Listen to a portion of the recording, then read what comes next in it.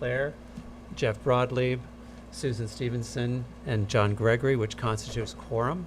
So I am going to move that we open tonight's July 24th meeting for the Board of Architecture Review and Historic Preservation. Do I have a second? Second. All in favor? Aye. So we're aware also with us tonight are Alex Wallach is not with us until we get on to Zoom. Alice Cooley is our counselor who will be called on tonight more than usual. Sage is the all things videographer back there, and he's trying to help us to the best of his ability get on to Zoom. And Jackie Allen is our recording secretary. So with that, I'm going to move forward and let's go through. So first thing up was minutes approval from July 10th. So board members, did everyone receive the minutes? Yes. There was a revised set that went out. Did everyone have a chance to read them? Yes. Any questions or comments? Okay, so I'm going to move we accept the minutes from July 10th. Do I have a second? Second. All in favor? Aye. Any opposed? Okay. Second is written decisions. The first written decision is for 104 Post Crossing for landscape and masonry. Did you all receive the updated plan that came in this afternoon, and have you looked at it?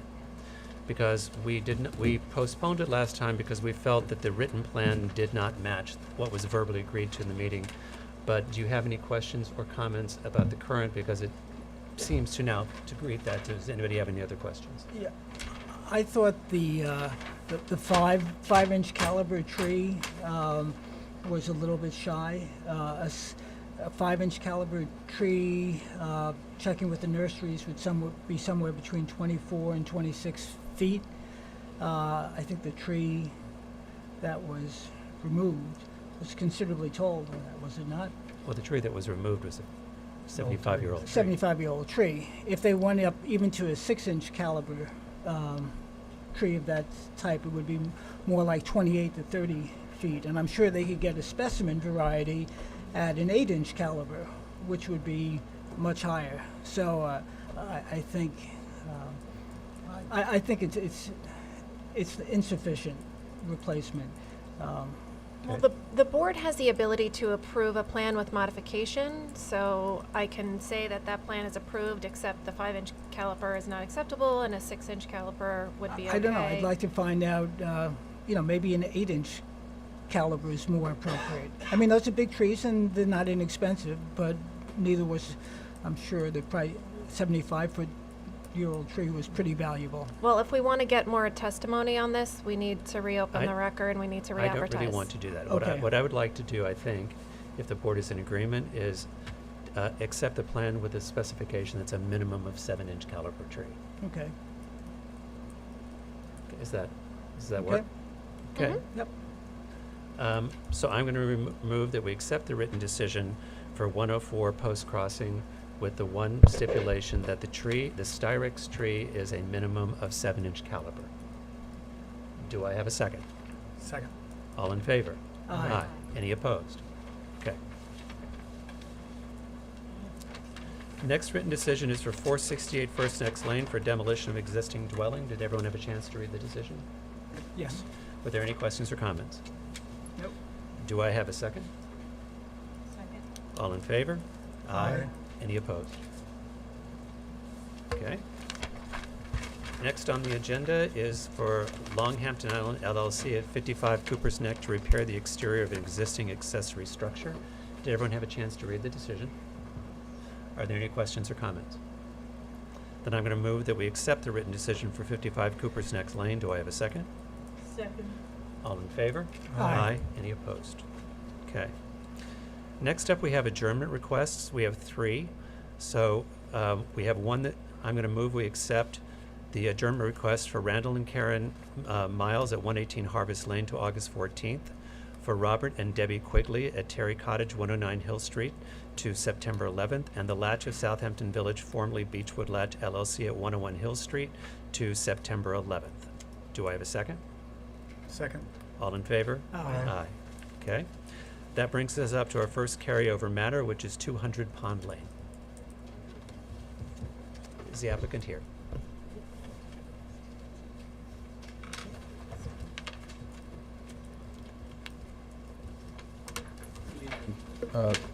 Members of the board, my name is John Bennett.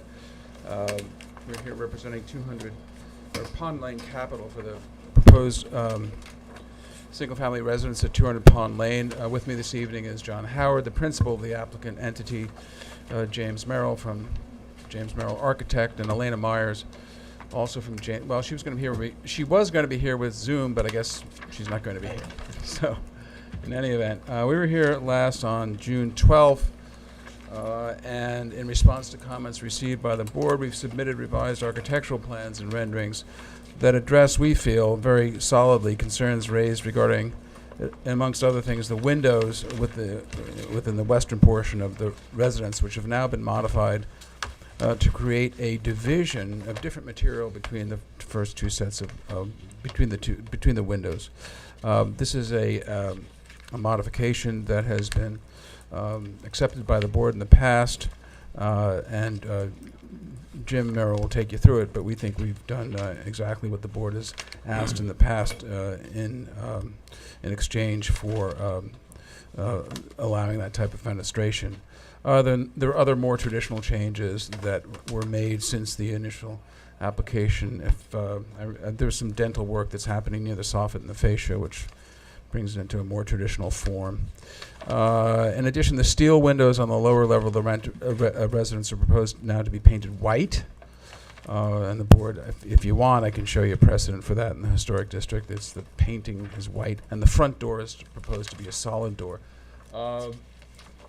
The size of the residence has been reduced, as well as the size of the rear covered porches. In fact, the home is reduced by approximately 1,300 square feet. The maximum GFA on the property is 9,475. We're at 8,135 square feet. Let me introduce Mr. Merrill to walk through the changes, and then I might battle a little cleanup if there are issues that are raised regarding either some of the fenestrations and how the board has dealt with them in the past. I did present to the board by letter of July 19 not only some historic precedent, but also some precedent within the board's own decisions. Thank you. Jim? Okay.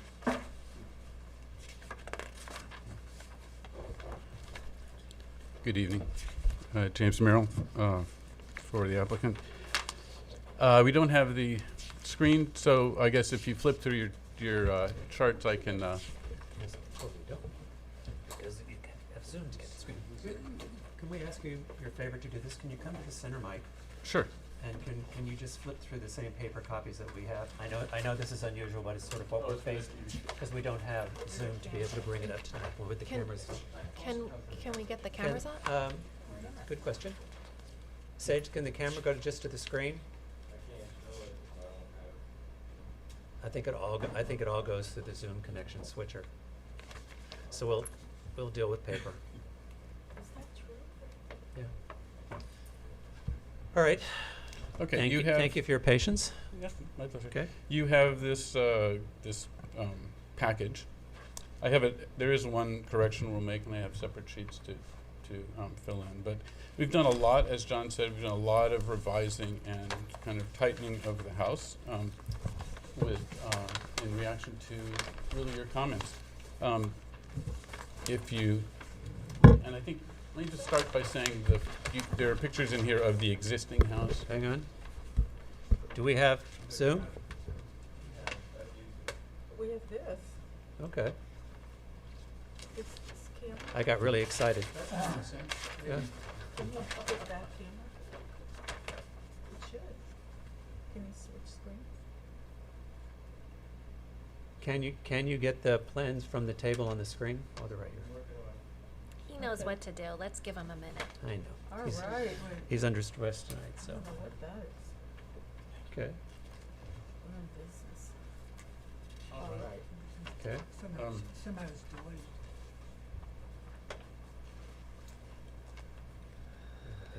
Okay. I think it's worth looking at the old house to just understand what this is a new house in an important location, and the existing house is not architecturally anything to work with. You should have dealt with Yeah. Yeah. And Why are we talking about this? so the question here is, what do you do in a situation like this? We also have this amazing tree, which is because John Howard owns both properties, and he's building this house next to an existing house. it's a precious tree to him, and we're done everything we can do to build this house around it, this design. We also want the house to be compatible with the antique house next door, but also something that doesn't undermine the historical,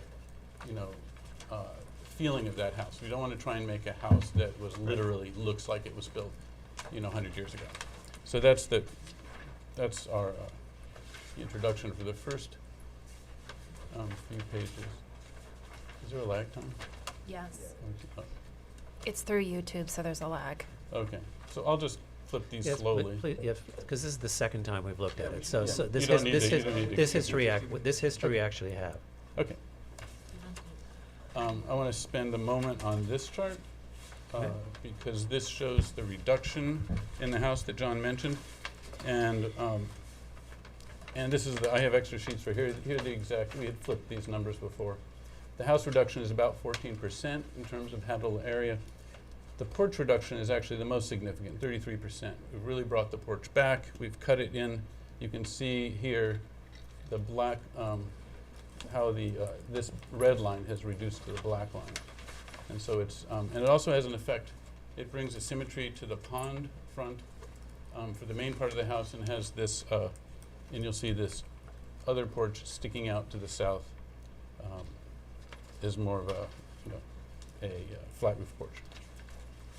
The plans I don't think matter as much, right? You've reviewed those, so let's just skip to the elevations.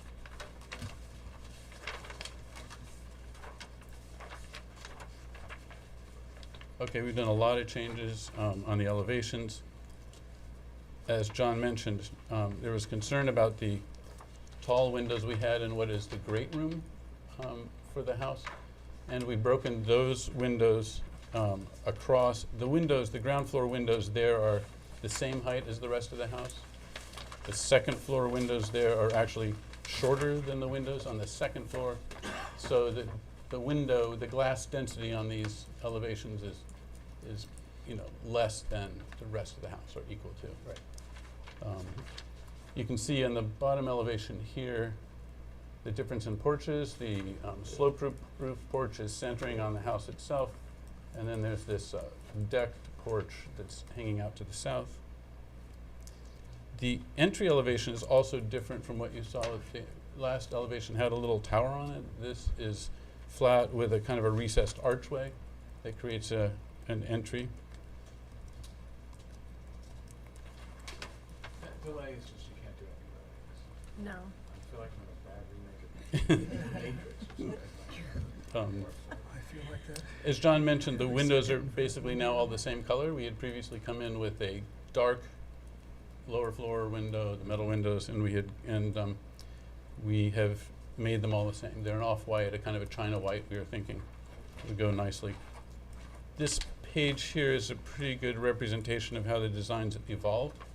It's the next one when I have it on the screen.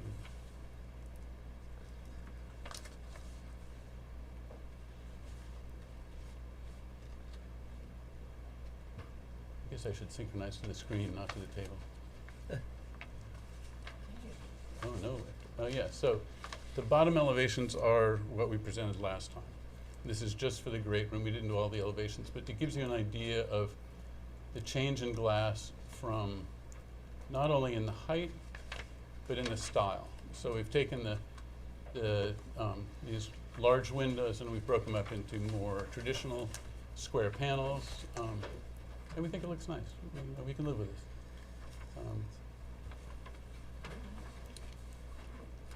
I want to, we have a material sheet later in your packet that shows sort of more of a close-up on the windows above and below. They're not in the same scale, but it's the look of it. This is really to identify materials.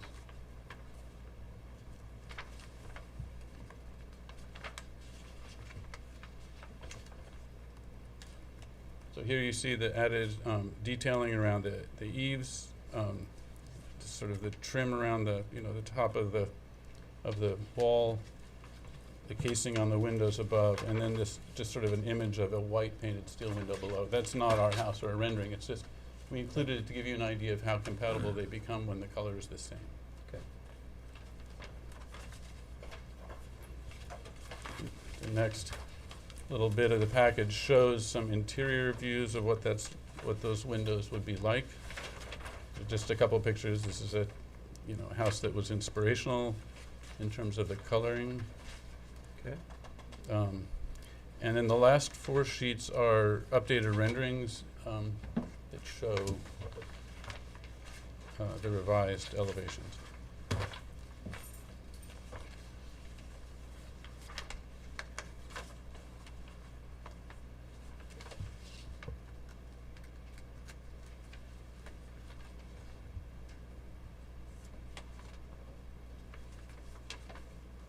So this is the Pond Lane elevation facing north. This elevation, this is where I said we lost the tower in the middle. Yep. It's a little tighter, a little smaller than the last one, but pretty much we had to keep this elevation long. All the shrinking came in the other direction, along the pond. That's Jimmy, just 1 second. Let me see if I can.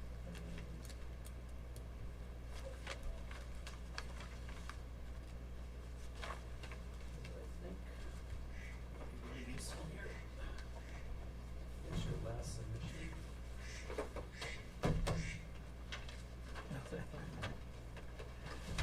I think if I could put a side-by-side comparison.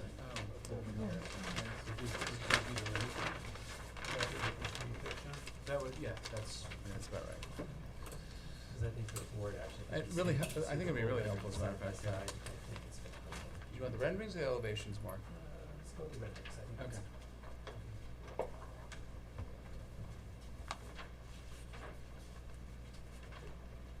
Yeah. right. So when you show them side by side, I think, Okay. I think that does a better job at sort of demonstrating the difference. Sorry, I didn't mean to do a whole lot For the demo there, camera, but- I don't know how to do it with the camera. Really, Just demo there. But I think that gives it, but I'll swap. yeah, it gives sort of more accurate view of what we're looking at. Can you see that on the camera? Yeah, you want to keep them both in view, though. I'm gonna put this over it. So Yeah. well, Oh, I see. I think. He's good. You just come, Stop moving Just- them. scoot toward me. Oh, he's good. Yeah, scoot them both toward me, and then he'll run the camera from the back. Yeah. And if you just put one right on top of it, there we go. Oh, okay. So, So board members, I think that helps give a little more perspective to the change It's almost as a different- we go through. It's them. almost a different elevation. yeah, I mean, it keeps getting better with each iteration, but, Debatable, some- but okay. Don't offer any more iterations. Okay, this so- is it, we gotta build. Now if you just flip through, Let me see which is next. board members, can you see this? Yeah. Yes. All see it? Yeah. It's just that we're sort of up against difficulties. I'm trying to figure out the So this best is way the to help us. pond, the pond view. So here you see this porch has changed. The whole thing has gotten shorter. Yeah. I can't say these are exactly the scale, but this got 18 feet shorter. Okay. This end turned into, And it looks like you've changed the column detail. the column detail has gotten a little stronger. They've gotten beefier. Yeah, and it has a little more pronounced bit of an arch. The house, we wanted to refer to the house next door again, not copy it, but Okay. have some awareness and association with it. Otherwise, this house doesn't look like that house at all. Okay.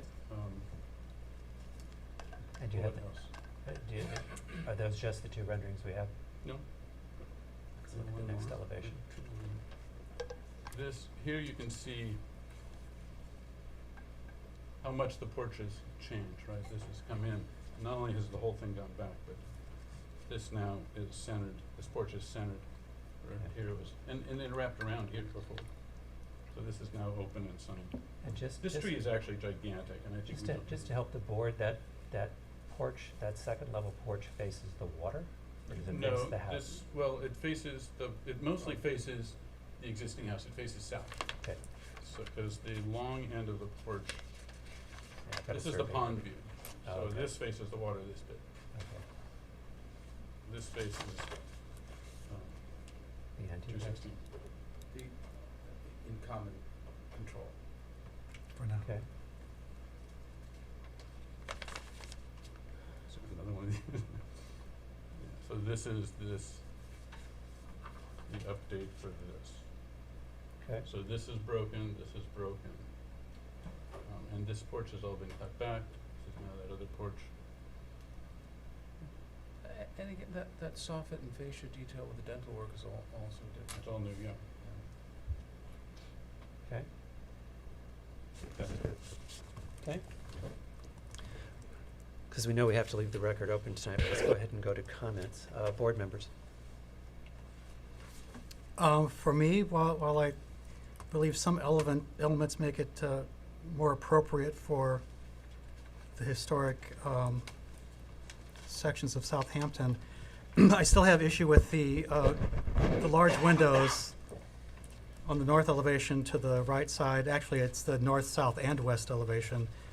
I just think they create an unbalanced, appearance for the facade of the home, and the windows, the size and scale of the windows all around that entire corner of the home creates what I would consider a major light pollution issue. And although the current owner owns both properties, I look at things from the long haul, and things happen in the future, and I think this house should be appropriate for the next 100 years. And as I see it, it's not.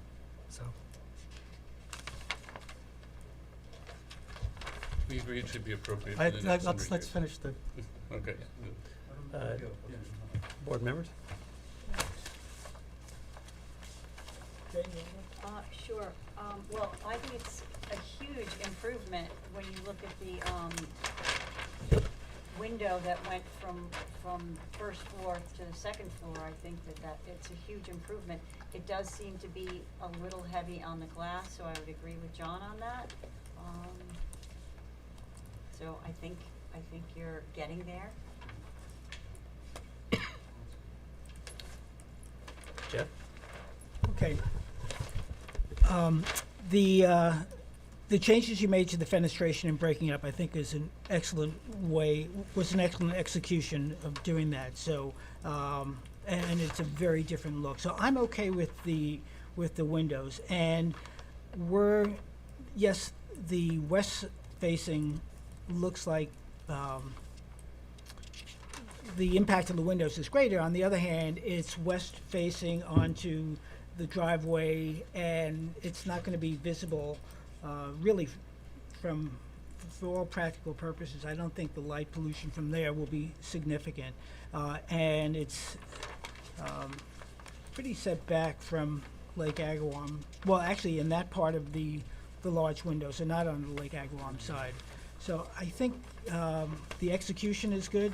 I'm less concerned about the light pollution on that end of the house. So I'm good with it.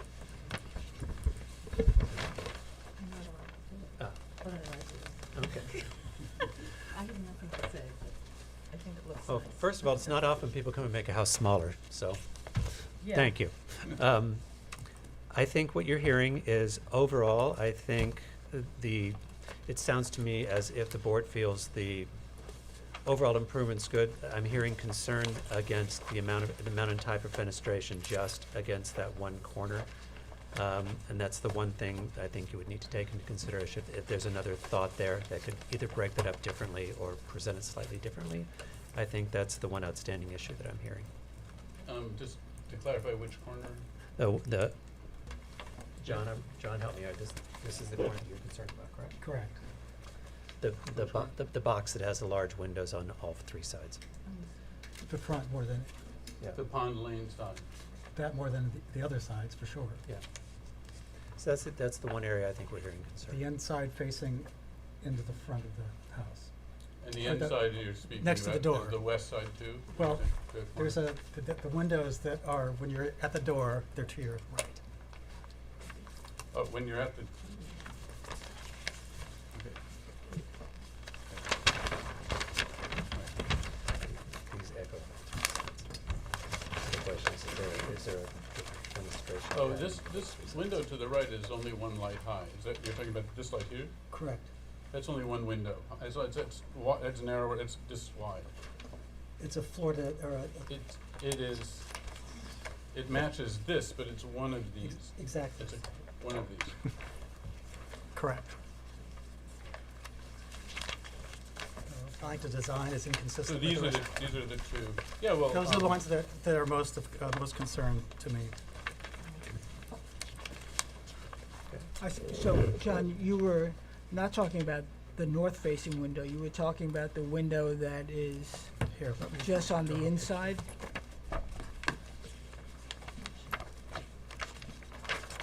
As you make Easier, the pages were- as you make the turn. The one thought that I would have for you is on the larger patterns here, the way you've scaled up the pattern, scaled up the pane pattern versus the rest of the house. Maybe something that makes it look even stronger, but that'd be a comment more than a concern.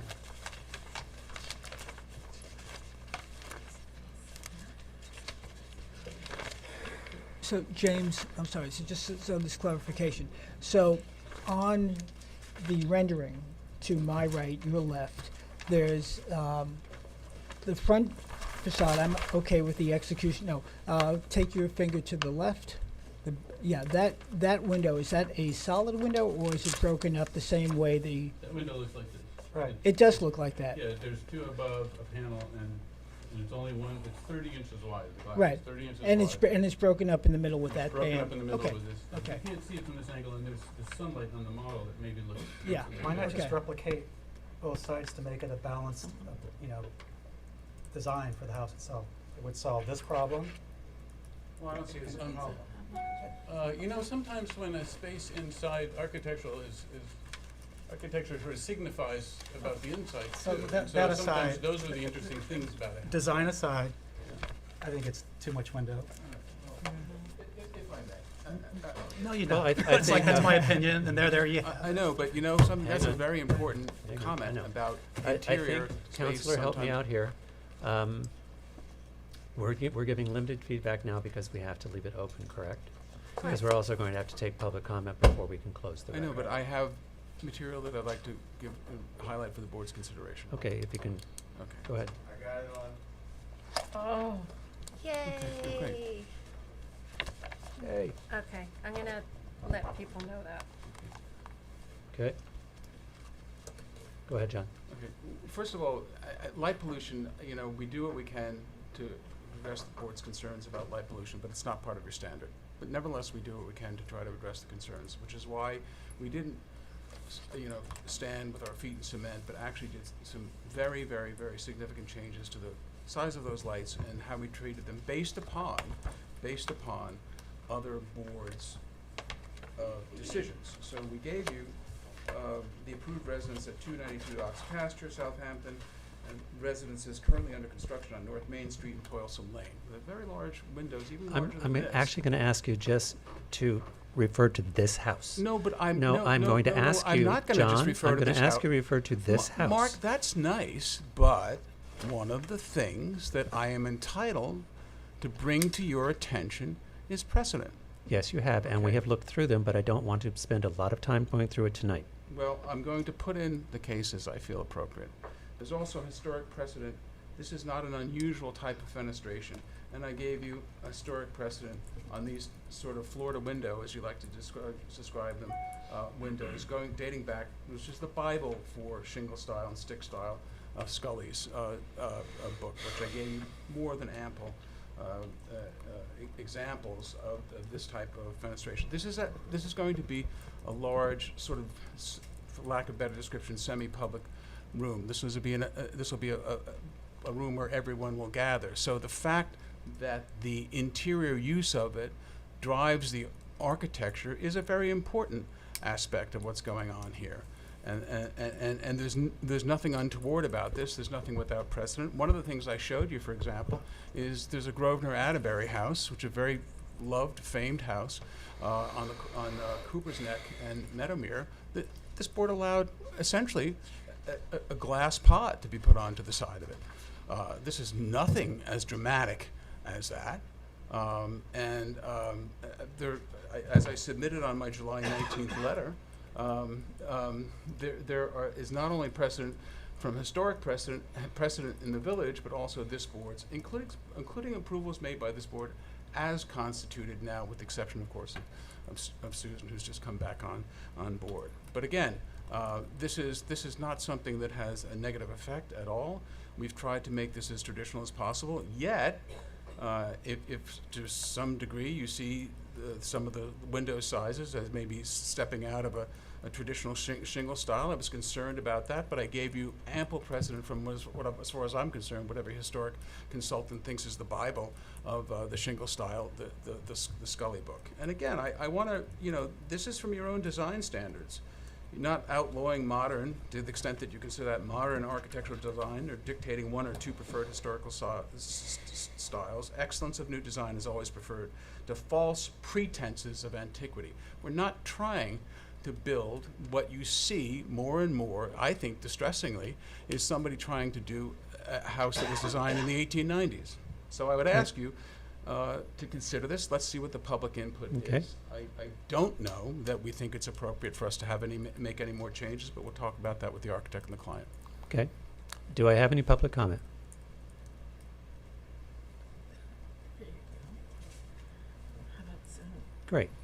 So here's where I think you are right now. Susan is abstained on this one because she was not, Susan is not voting on this.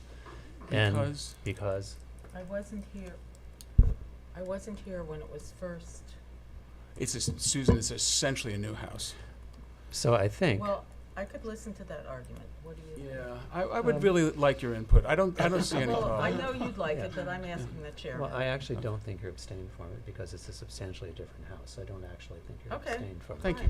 But from where I stand right now, I think from several board members, you have heard that there are some concerns and they would like you to think one more time about if there's a fenestration pattern that might be a little less from a light standpoint from that corner of the house. And that's what I think you're hearing. Just the Am I- one corner, am I just the allowed to one comment facade? But yes, you're allowed to comment. Okay, well, I feel like making both sides the same is a kind of homogenizing that I'm not in favor of necessarily on a new house. On an old house, So you're saying you just don't like it? no, I like it. Thank you.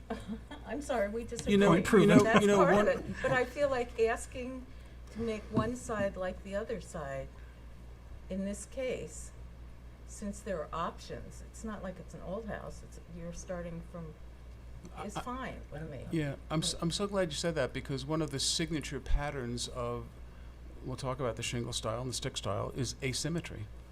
So we're trying to make this house not only interesting, but we're also trying to make the house something that adapts to the proposed Okay, well, use. where- It's a gathering area, that area. Okay, where I think we are tonight is it's up to you.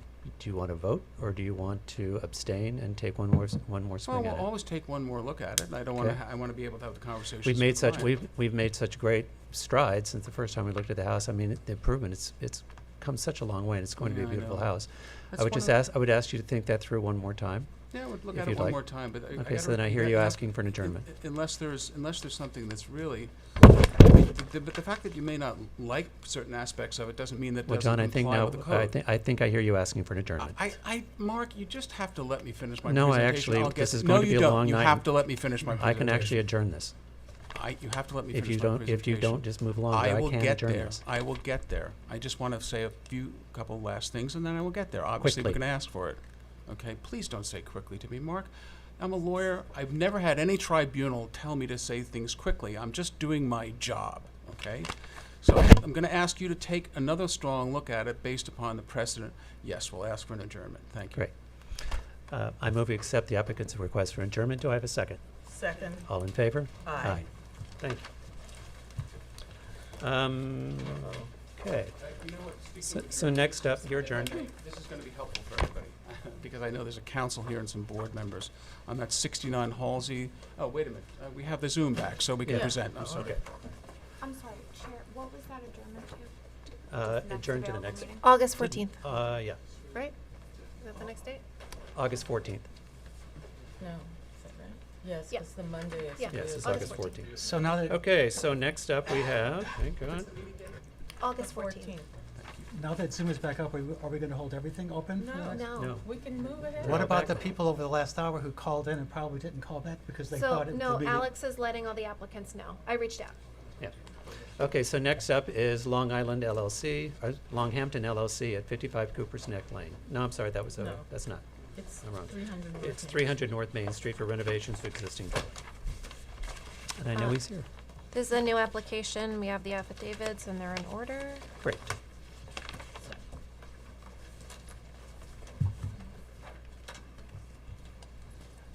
Okay, 'cause I'm having an issue with that. Okay.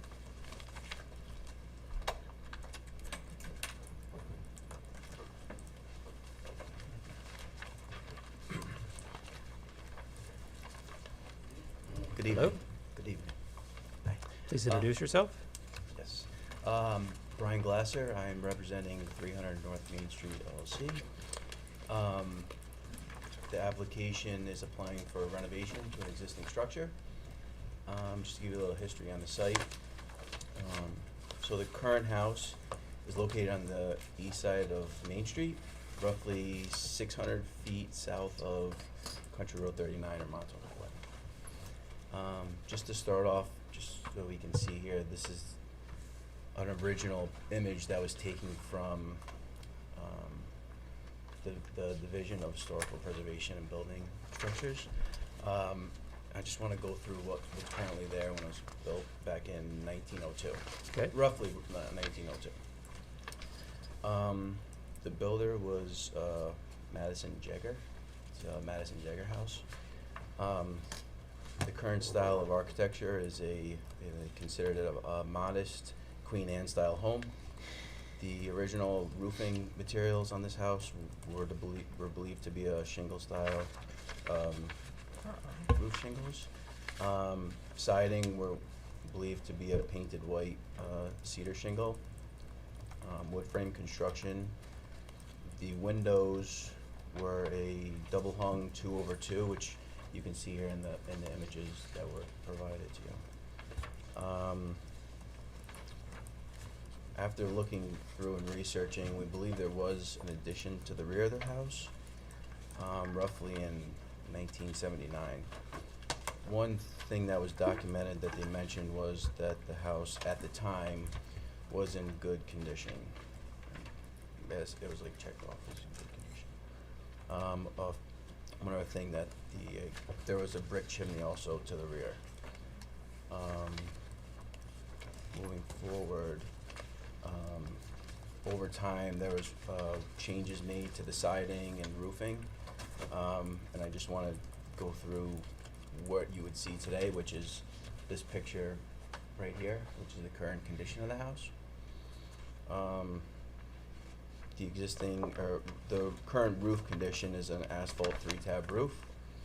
The lower roof line going down around the front and the back was like a tarred EPDM roof, I believe, because of the low pitch.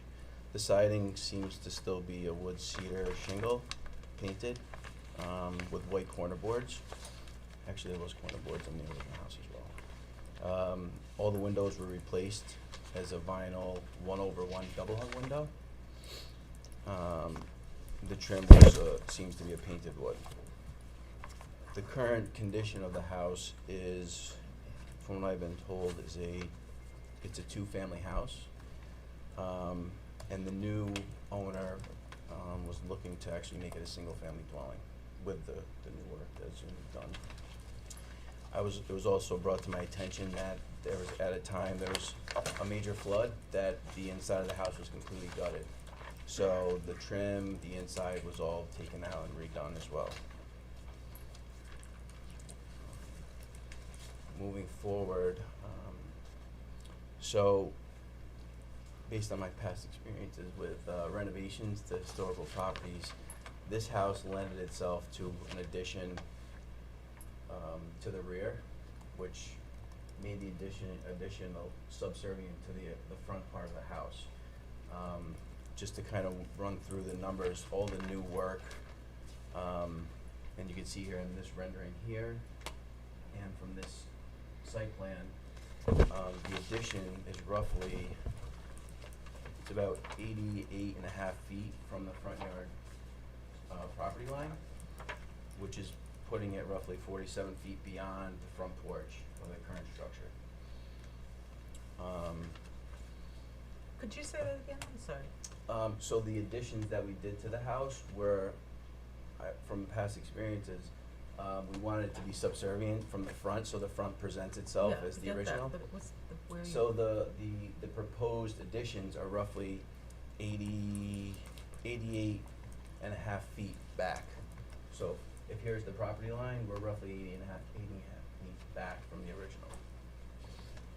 Or 88 and a half feet from the front yard setback, which is from the front, you know, from the existing front of the house. You can see here the front porch, and here's the front porch. We're from here back around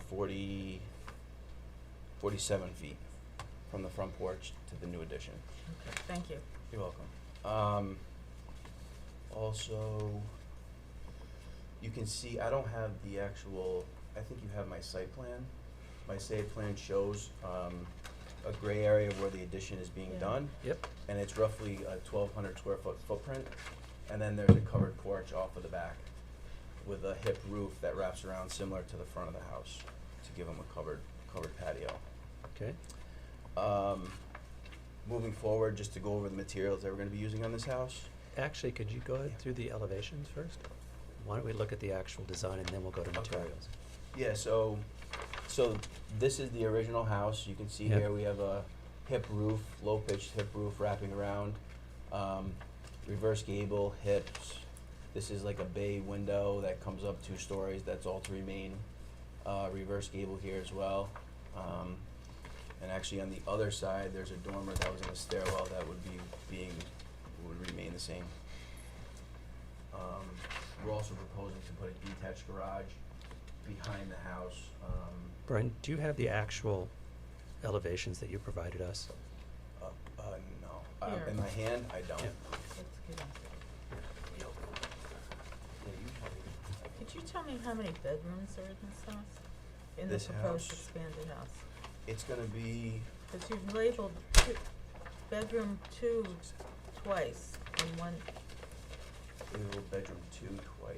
yeah, there's a part that says bedroom, there are 2 That you bedrooms. have in there? Great, thank you. I could do a quick count, I could just Well, do it just, drafting it, I don't need to see that. go ahead, I'm sorry, I interrupt you, I thought maybe you. Yeah, no, the biggest, for me, I just was thinking about the parking Yeah. count, cause I know I have, Good, okay, just do this first, I'm sorry. I would guess it's an 8-bedroom house, but let's just, we'll go through that. 7. Okay.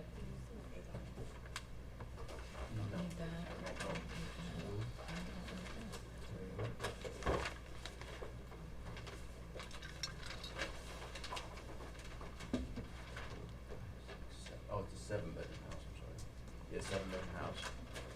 Okay. I don't know And the- why it says, The building, because there's one room that it's not called a bedroom, but it has a bathroom next to it, I believe. Which the So building here's- department might have, that's how it goes. yeah, we have, But let's go to the Let's go let's to go to the- the exterior yeah. elevations. which bedroom has a bathroom next to it? Don't worry about it Yeah. right now. Let's go to the exterior It's elevations. not called a bedroom on that. Okay. From what it appears like we have 7-bedroom house. We do have parking for 8. Okay. Also, on those plans, you have the same, that second set of plans does not have these exterior elevations on it? This, page 006 and following. This one. Yeah. The only thing I can think of is that the comparison? We don't know. We don't know. I don't think so. It's Maybe page we zero, require- it's page Proposed real 006. these are elevations. Yeah. That's not in that packet? It must be. Is No, the- go here. Keep going. Page 6. Do you have page 6? There you There we go. go. There we go. Now just, yes, if you lay it out flat, take us to the elevations. Okay.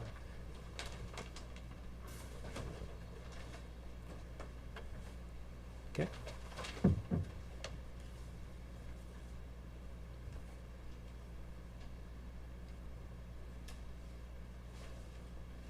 Okay. Alright, so here, this is the existing front elevation of the front door, off-centered. Existing gable and roof lines, reverse I gable. believe we're looking at the proposed. That's proposed, that's not existing. Oh, Alex has joined us, folks. Alex Wallach, planning director, is with us now.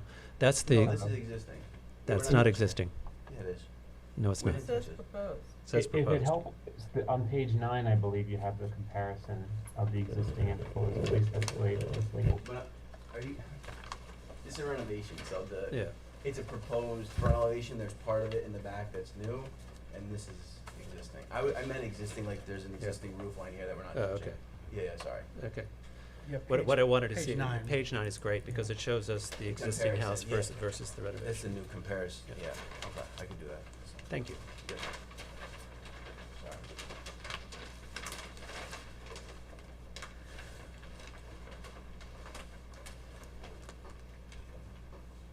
I showed us page 9. Comparison to each other. There we go. Yeah, okay. Okay, so here's the existing front elevation as it, actually the existing house, as it is, existing house. And then this is the proposed front elevation with a similar hip roof and gable and windows in the front.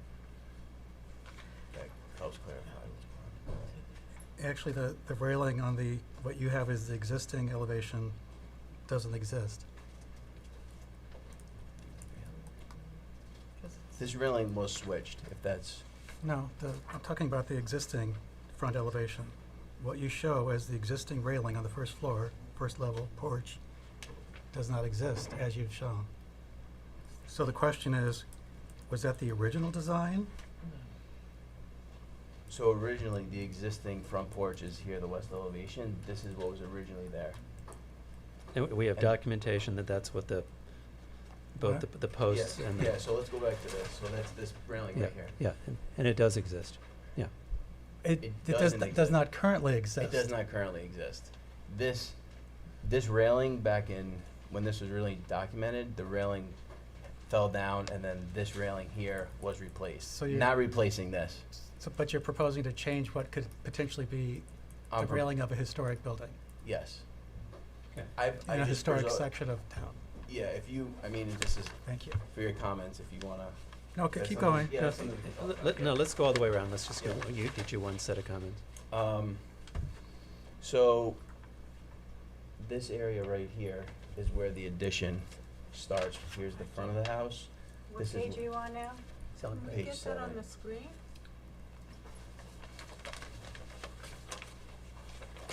It's on page 7. There you go, thank you. So from this point right here is where the addition has been made to the back of the house, which goes as a sliver straight through, north to south. Moving on to, I'll just run through the materials and then we can Okay. kind of, as your comments come in, we'll talk about all those Okay. items. So the currently, what we're proposing for the roof is gonna be, a shingle style, it's gonna be a shingle roof, red cedar. The gutters and leaders would be a white aluminum, half round gutter with a round leader. The trim would be a painted white, PVC product. The siding would be a painted white, cedar shingle, perfection pattern to match what was there. Similar corner boards, which we would probably make out of PVC, but it would be painted to match the wood siding. The brick, we would be going with a red brick, similar to what was currently there, which would be a Glengarry product. The columns are proposed as a 8-inch by 8-inch square column with chamfered corners. Painted white front door with side lights. The decking in the front is gonna be an E-Pay decking, and the rear would be a bluestone product. The windows, we're gonna go back to the 2/2 pattern that was originally there, a 2/2 double hung window, which would be manufactured by Weather Shield, and it'd be an aluminum, white aluminum pre-finished product. Okay?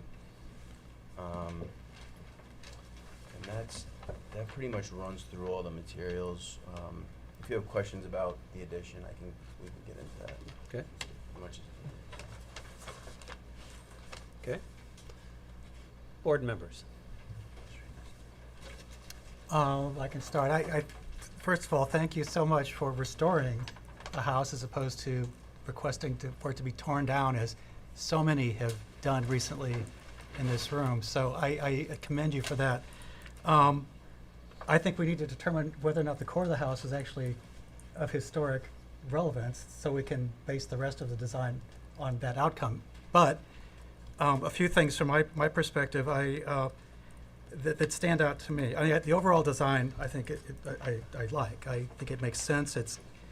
You've put the addition on the back of the house, so it really maintains the original historic structure, if it is a historic structure.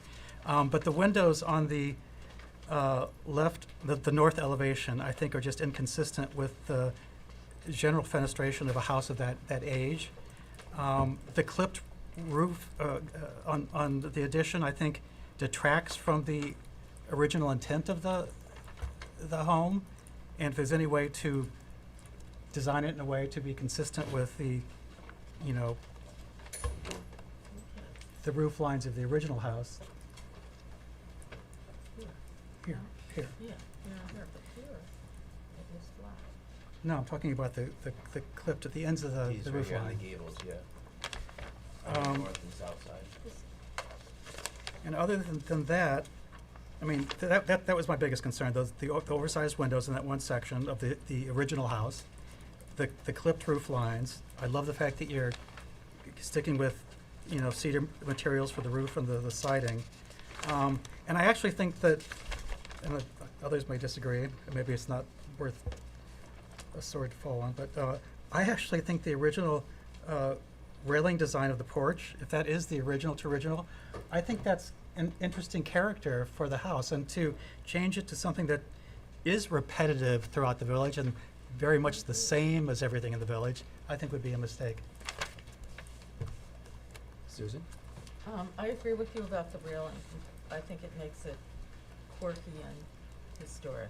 I like quirky. I'm a little over.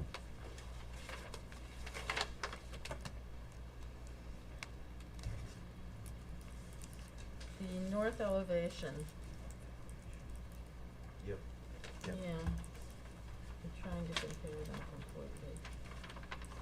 So that's where the biggest, well, I don't dislike any of this really. The rear elevation, all that glass proposed is supposed to go blank. So it would be, that seems, what's behind there? The railroad tracks. The right. Sorry, railroad what? tracks, well, then I might be able I mean, to give you a pass. That's the only reason I didn't comment on the balcony, Oh, actually, okay. because it's overlooking the railroad track. Okay, I have nothing to say That's- about that. I Okay. mean, there's things not to cover it off, but I do think about, we've talked about it before in the past. Yeah. We've had many conversations about When I this. have clients come in, this is something I bring up, like, this is what we have to look Well, out for. that's why I asked you, Yeah. what's back there? Yeah, It's, no, if you look at. So the- I am concerned about where the cars would be parked, given that this is a historic, and you need a lot of parking spaces, so to have, How many do you need for 7 bedrooms? That would be. Six. 6 cars. and I think, did the building department tell you you had 8 bedrooms, or 7? Who told you? No, just doing a quick count, I could say that we have 7. Did the building department determine how many bedrooms there were? For the purposes Typically, of they this just say it's discussion. one less how Okay, many never you have. mind. Yeah. Yeah. But it looks like you have sufficient parking then. You have 2 in the have- front Yes. and 4 in the back Yes. without being stacked. Well, The current condition too, there's a huge parking area to the north, so it's similar, it's just been flipped really. So This is the- actually smaller than what's currently there.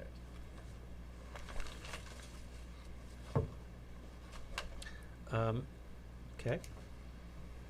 Jane? Jeff?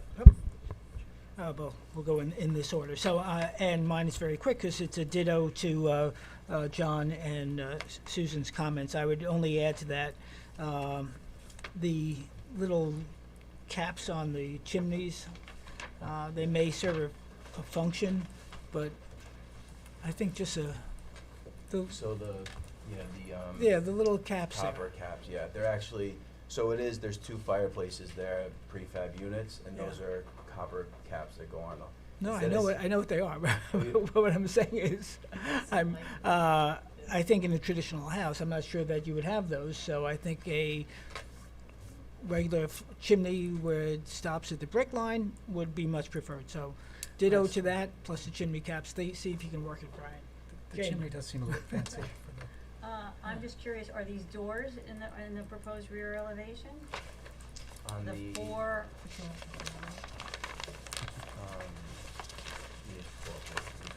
no problem, 006.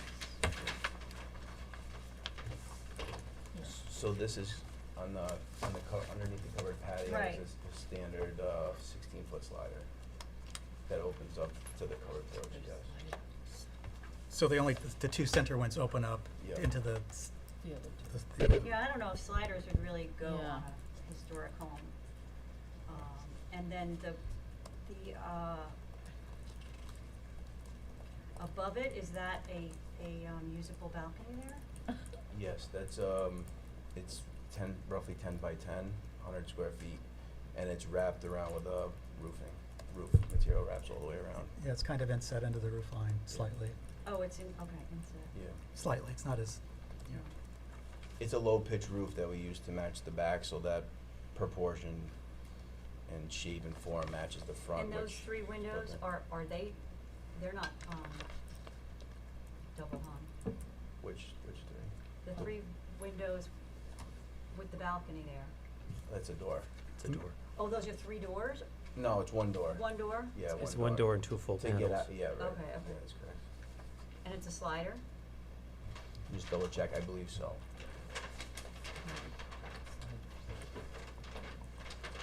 The biggest thing is with the sliders versus the, I know the French door seems to be a little bit more of a traditional feeling, but I have had clients in the past say they've opened it before and it like whips open with the wind and or they have leak issues, so that's why I've leaned more towards a sliding door. Especially on the second story, just for water issues on the inside. Let me just pull up the second floor, give me a second here. Yeah, that is a slider, yes. Yeah, I just personally think it doesn't go with the old style house to have the slider doors, that's just my. And I'll nod my head in agreement, but Yeah. say on the record I agree. Me too. Yeah, I You don't- too. But don't you just need one door to go out there, not 3? No, there If is, you it's make one, them- yeah, it is one, 2 fixed panels, like side Oh, lights, and then okay. one operable door, yeah. One slides into. You know, I think maybe I what think that Jane is makes- saying is you're doing such a good job on restoring the house. Sorry. You gotta do the Don't cut a corner on Even if that. they were These- I talked to sliders, my if they were more appropriate from the panes or the look. I think on the back, we were going more for like a cleaner look versus follow that traditional like French door look with the hinges and all that, so it's something I'll speak to my client about. Okay. Anyone else? Okay, here's cool thing about this house is we're in the historic district, we're at the end of the house, so there's not a, this house has been a long time, and the fact that you're doing a respectful job to renovating, I think is fantastic. From a board perspective, I think it behooves us to have Zach to hire our historic consultant to go through and give us a report on this house. Because one of our standard considerations is historic openings. And when I look at the existing and when we look at the proposed, there are changes to what have been historic openings in this house.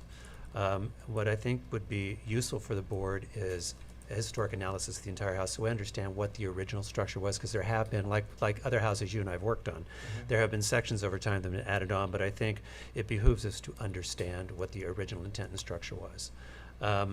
I think the way that you've moved it back is masterful, and from a board perspective, I think when we look at what your intention is for the end product, it's taking a lot of respect to the house. It feels like we would like to know what the original railing pattern was in the front porch, and the historic report would tell us not only what the original documented pattern was, but also ensure that we have the documented original rhythm of the columns to the house, the parts of the house that face the street, which is what's very important to us to preserve.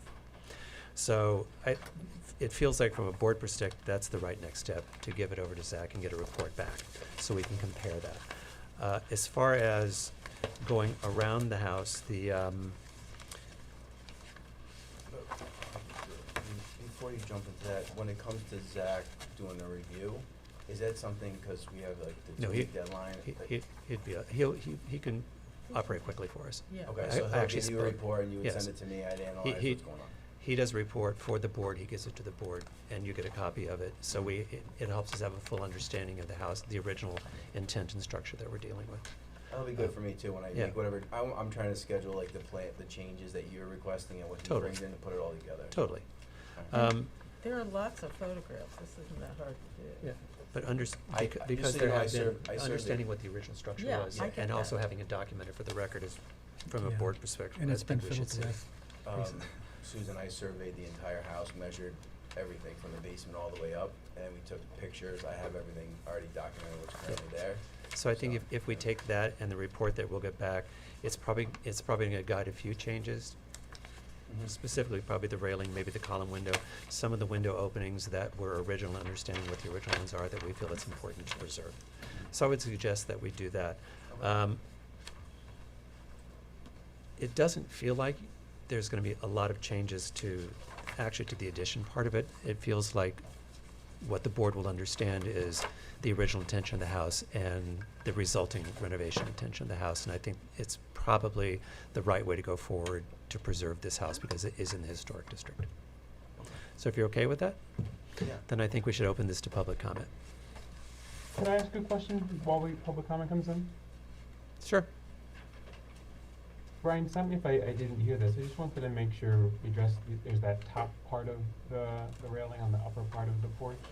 It also looks like there's a dormer here that's being removed.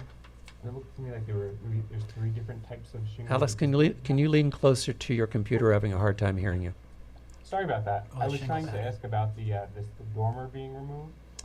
And Yeah. it also looks like there's 3 different types of shingles on the house. So I just wanted to make sure we had on the record what was being proposed.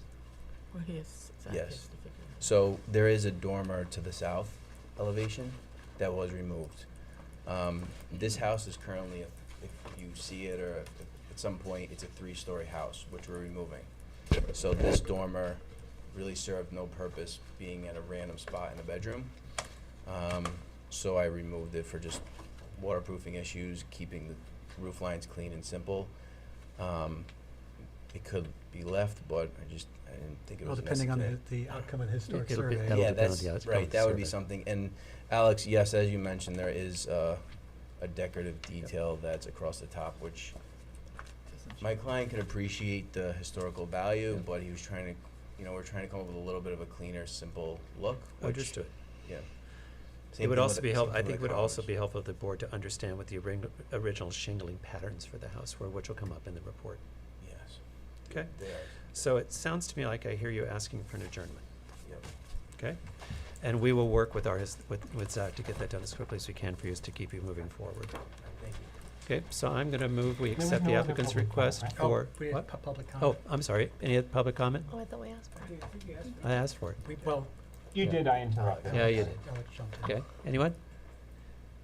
Anyone, Sage? Okay, great. Then I'm gonna move, we accept the applicant's request for an adjournment for 300 North Main Street LLC. Do I have a second? Second. All in favor? Aye. Again, thank you. Okay.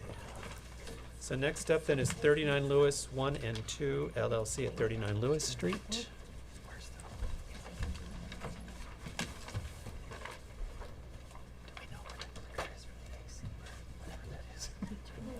Oh, where's the clicker for that? It's not even working.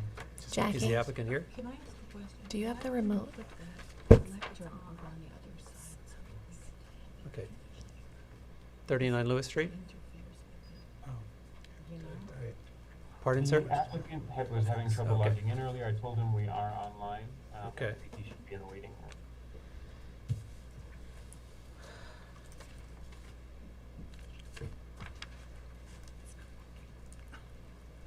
Hello? We're doomed. Hello? Okay, great. Just trying to get my Great. Could camera you- turned can on you here. introduce yourself, please? Anthony Vermandois, 68 Union Street. Okay, thank you. All right.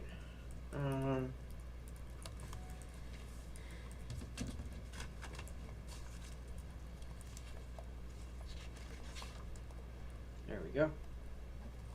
Okay, can I go to screen sharing? That would be great, thank you.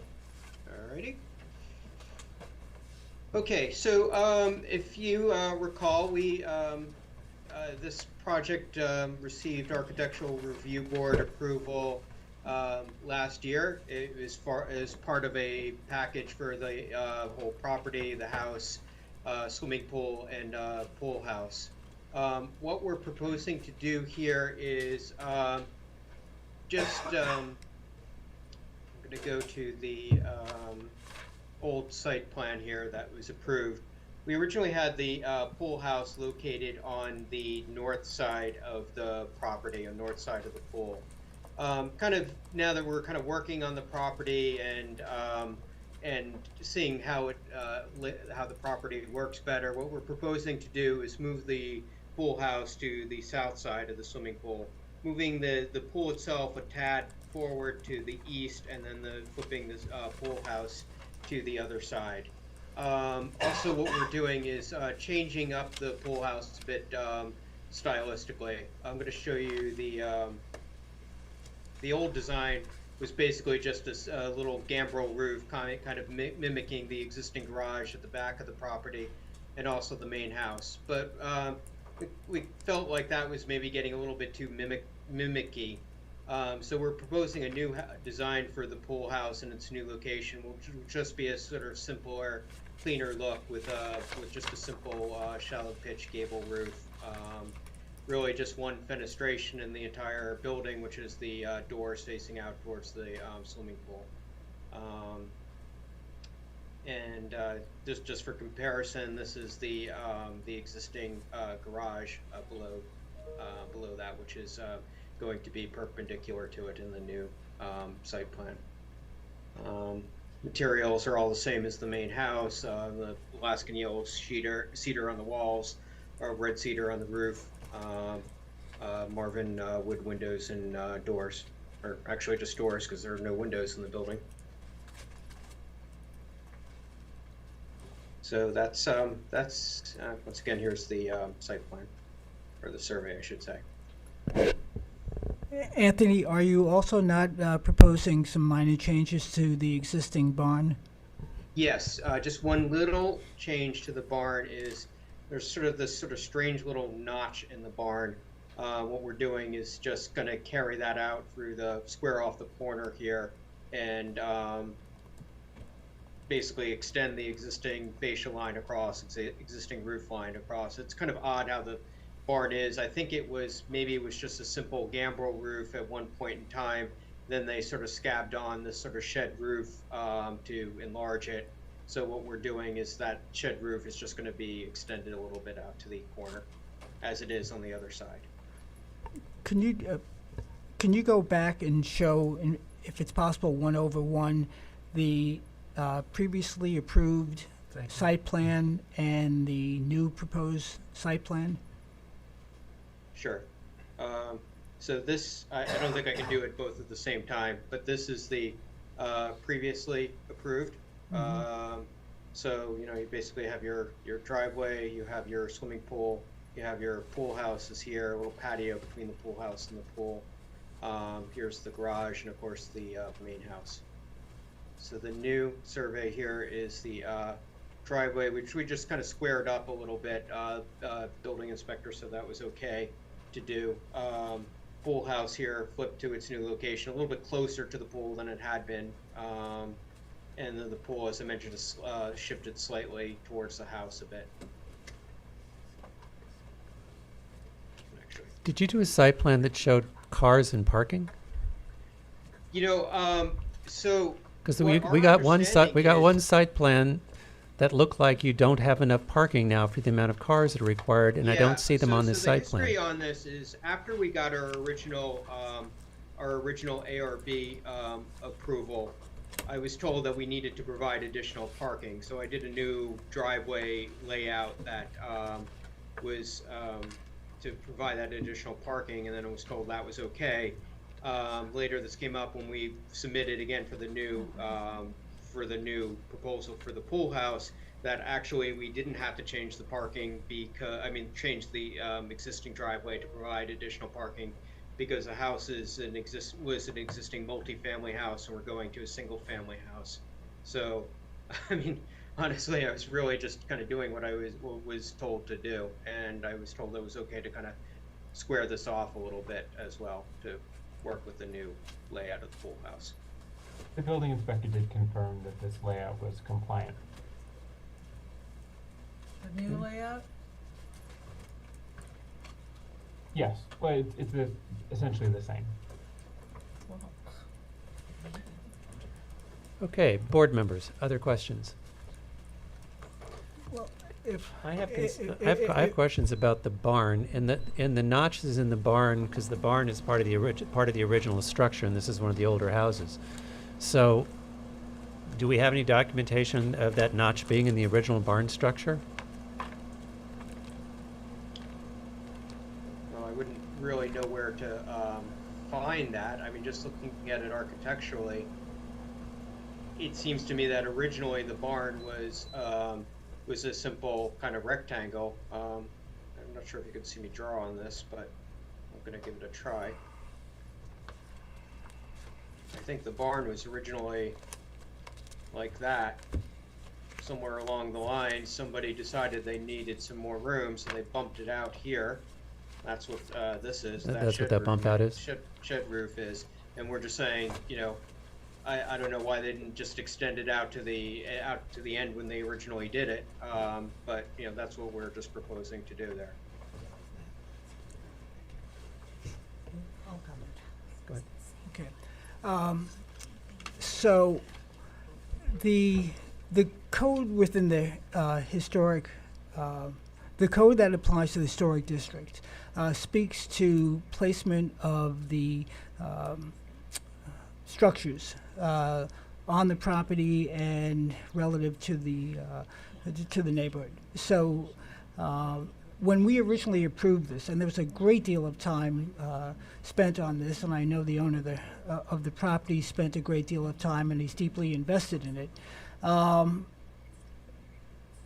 The pool house on the north side provided for the barn to maintain its prominence, if you will, in the context of the larger house. By moving it to the south and modernizing the pool house, you've basically masked a historic structure, or definitely a structure that's part of an historic property, and I think to the detriment of the historic context of the entire property.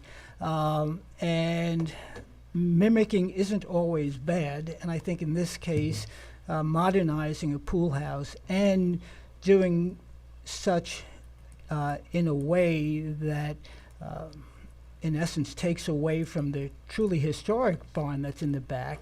And I question, Anthony, this, not you, the logic may make sense in what you're saying as to why that notch exists, but the notch exists. And I think Susan made the point, quirky is good. Historic.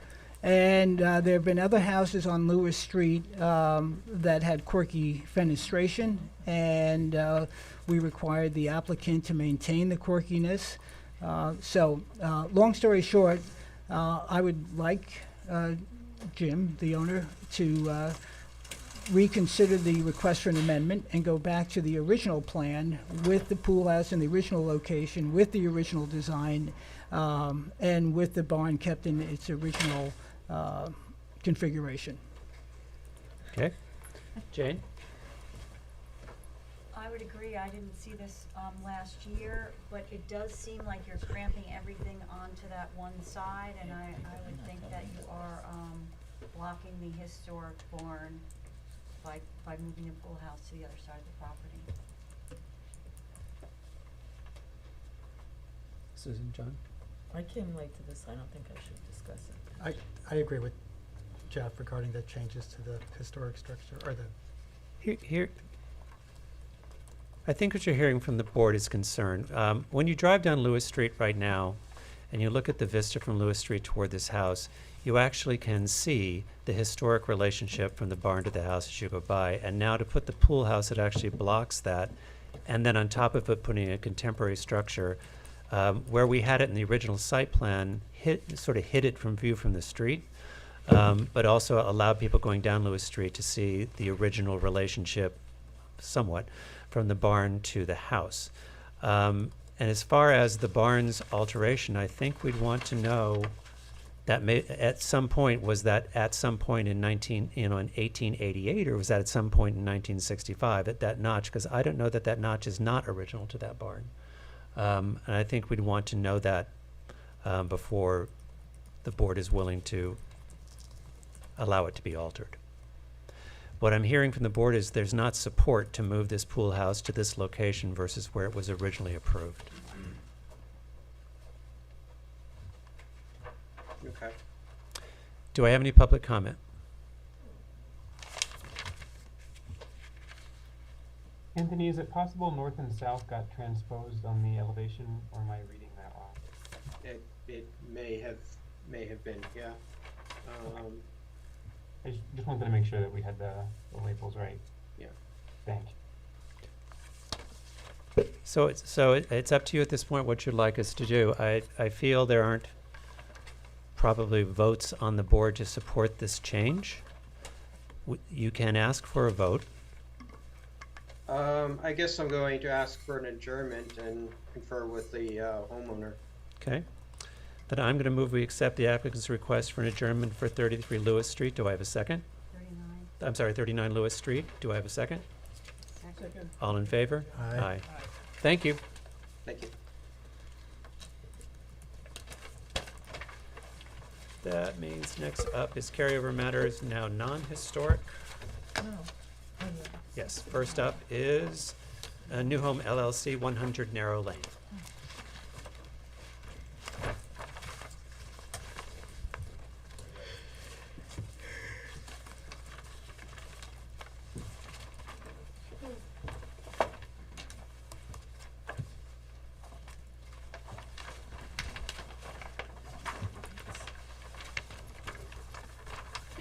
Good evening, Good evening, please introduce yourself.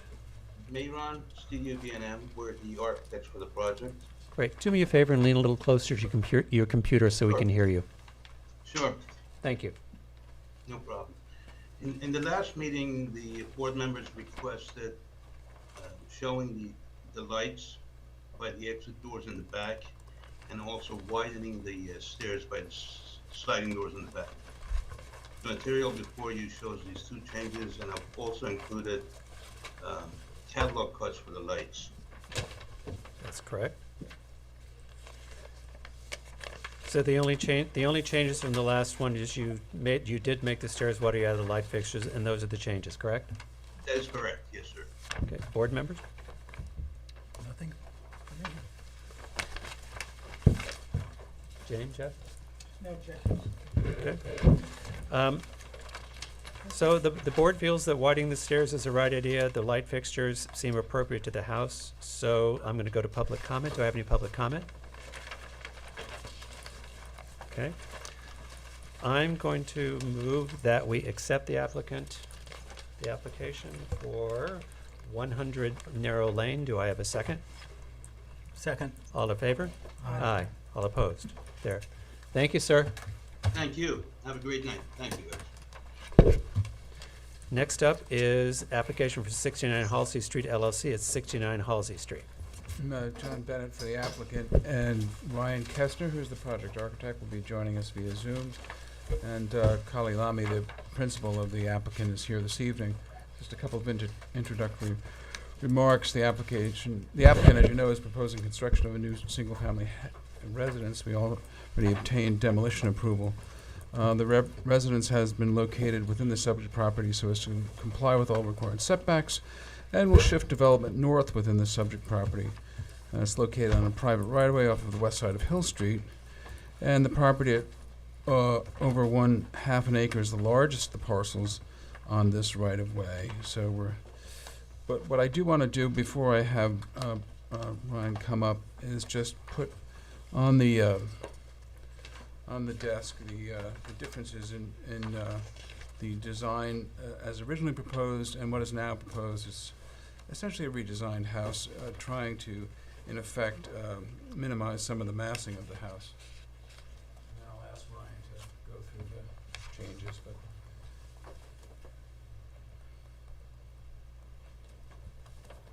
Is he on?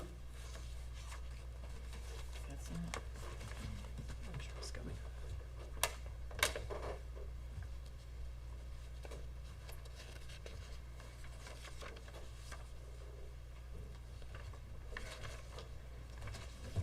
Very still in here.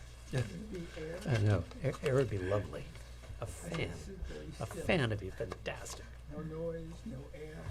Is the applicant there? Nothing. Oh, Yeah. No, it's open.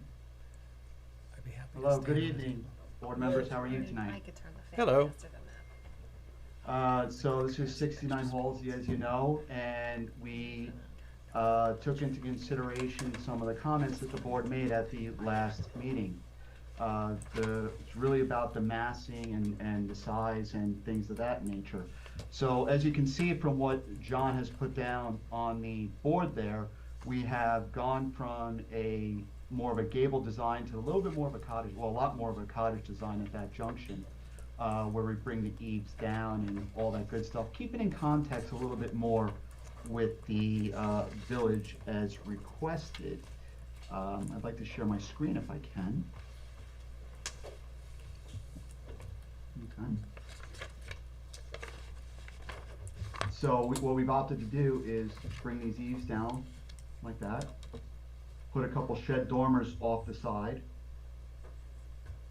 Follow it through onto the back with a couple more shed dormers, and really just simplify the design altogether.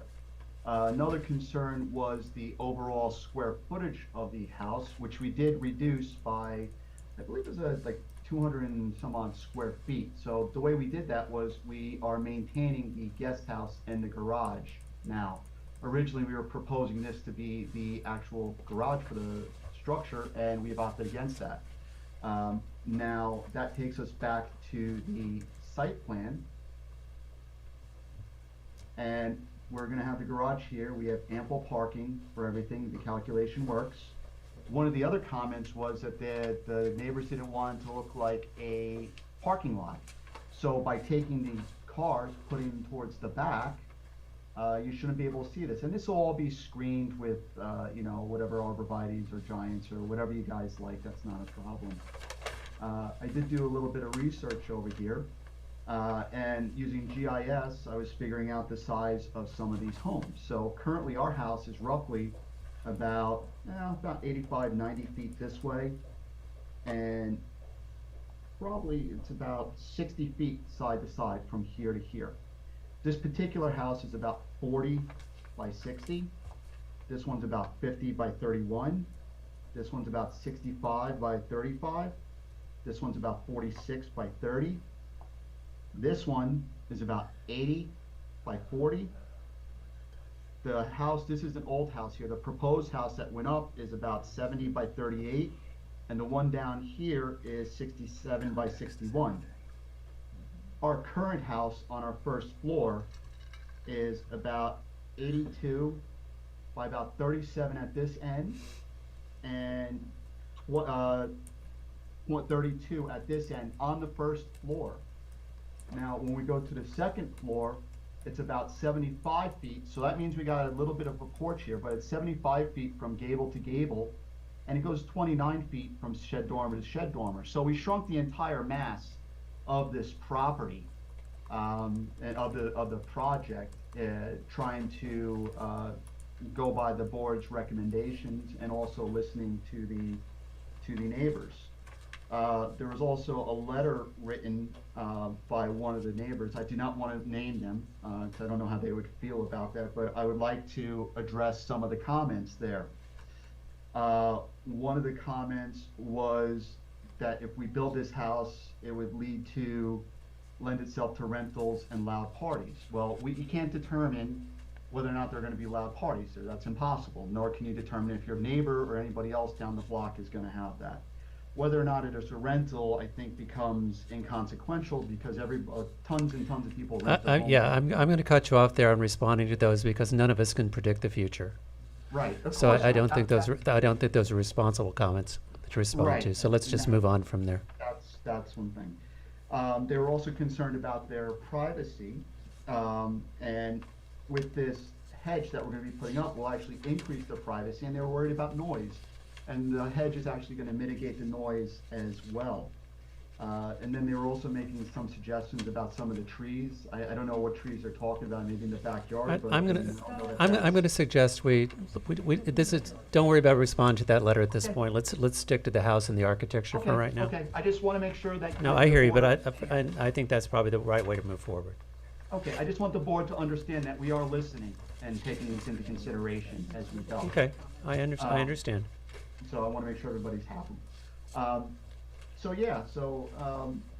I'd love to hear the board's comments. Great. Who'd like to start? Well, where's the parking, just out of curiosity? The I see a parking? large driveway. The parking, yes, because I went back there, it's tight. One space, 2, 3, 4. Wait, And wait, it's got its own Uh, garage. where? just do it again, Ryan, that? if you could, just slowly. One, that's the garage. Are they marked? Is it marked on here? 2, Okay, 3, okay, 4, yep. 5 in the garage. Gotcha, okay. Well, you get one on this, yeah. Okay. Allowed to stack two. Can you turn around though? But that's not really that's really I understand it, but It's a tight it's the lot. building department really, and they've approved it. So let's talk about the architecture now. I have Okay. nothing more to say then, huh?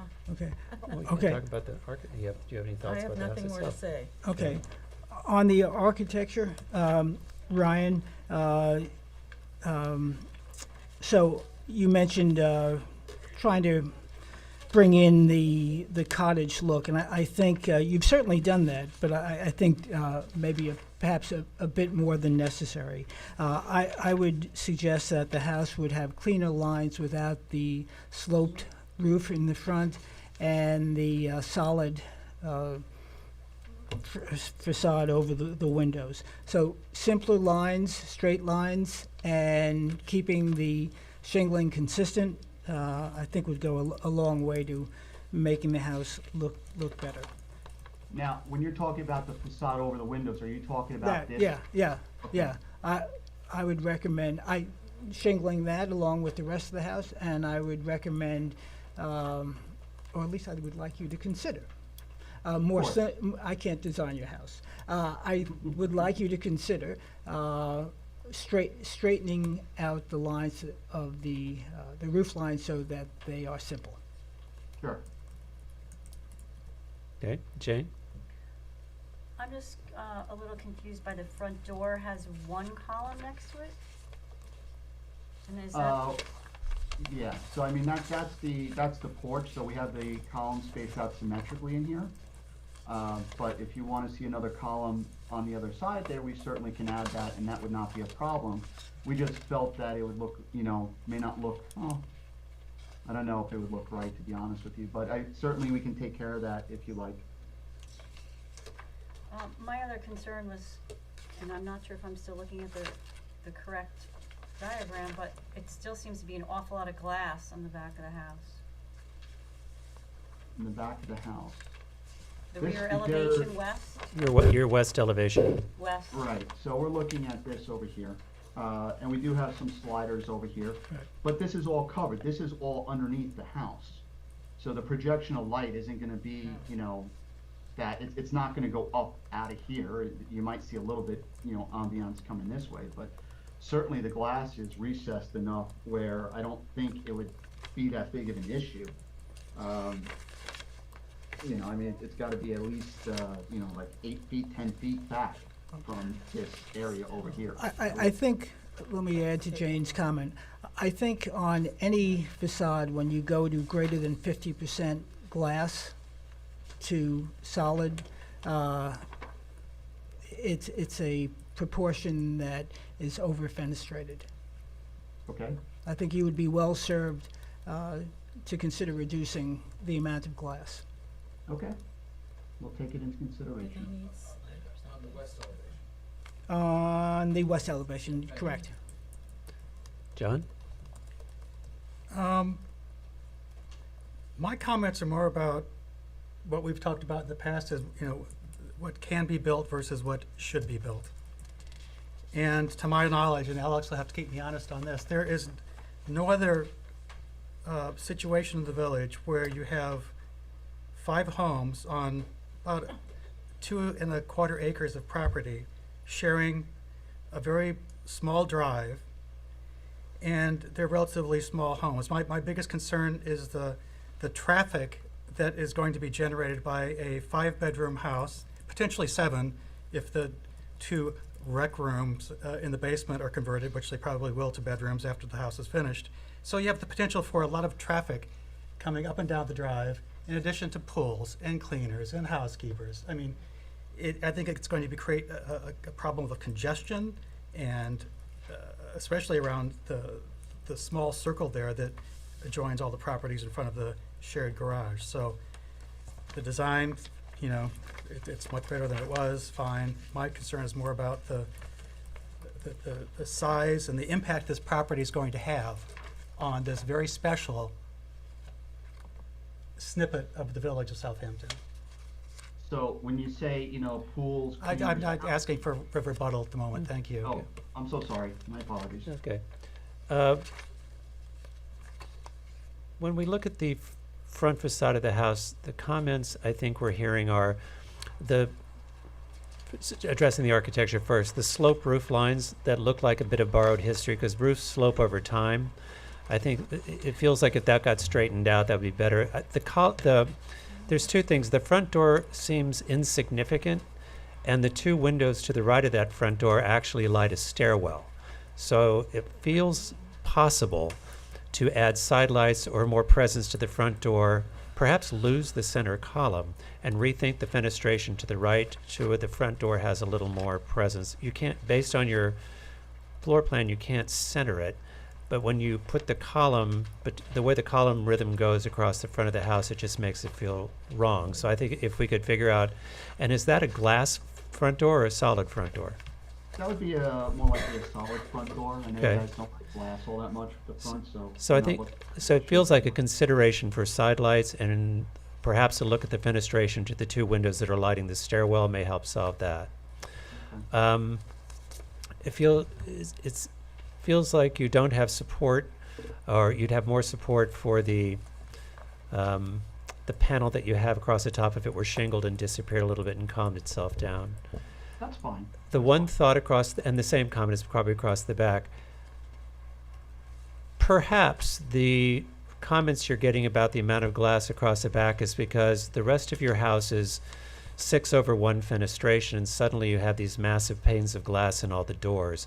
If there were a different kind of painting pattern, and they could be made slightly smaller, but if they had even a panel across the top of each one of the windows to bring them visually down a little bit, they might feel a little more cohesive to the house itself. Okay. It does feel as if you did listen, and I applaud it. You did listen to the initial comments. The house has moved back. The house has gotten smaller, and it feels as though there has been a strong willingness and desire to work with the original comments you got in this new presentation for it. That's what it feels like we're hearing right now. Yes, we took everything into consideration, and we're trying to make the village a beautiful place to live and stuff like that, so. Mark, if I, Okay. John? if just one quick question. I just wanted to understand a little bit more about your comments about the windows on either side of the front door. I understand the side lights, maybe taking away the column, taking away that panel on the top and making it shingle. But I just trying to a little bit understand more. You have 3 windows on one side and 2 smaller ones on the other. I just want to make sure I can properly understand what we were thinking there. From a visual standpoint, if you put side lights into the door, they would crowd those windows, and those 2 windows actually light a stairwell. So the 2 6 panes to the right of the front door, To the right, yes. yes. If you're going to look to give the front door more presence and go with 2 instead of 3 columns or a different column pattern, and a rethink on the position and size of those windows to allow the door more presence would be Shrink them? Pardon? Shrink them? No, rethink them. Oh, Just whether you move them closer, whether you. oh, maybe it's That's one not my job. instead It's of not a my two. job to Okay. design it, but if you put side lights in the door, you would crowd those windows. So I Mhm. think somewhere to give the door presence, remove the column, and rethink sort of that fenestration right May- there maybe would it be only more needs one. successful. Maybe it Yeah, only needs it one. might be more successful. That was my Thank you. comment there. Those are all helpful. Okay. Do I have comments from the public?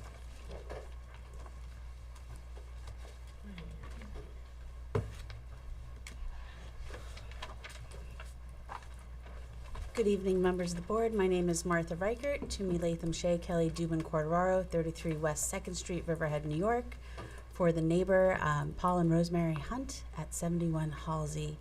I have some handouts that I'm going to distribute right now. If you're going to hand those out tonight, it's not your expectation to go through every page and then hand out, correct? No, absolutely not. Okay. Because in respect for the board, if you're going to hand out something along that, we would want time to review it. I understand. I am going to only really address one particular image, Great, which thank I you. have here to put on the table. Okay. And my client, Paul Hunt, would like to address the board Of course. as well. Okay. I just wanted to clarify that because you walked up there with a lot of product. There's not going to be a test on this, is there? And we have a copy that's going for the record.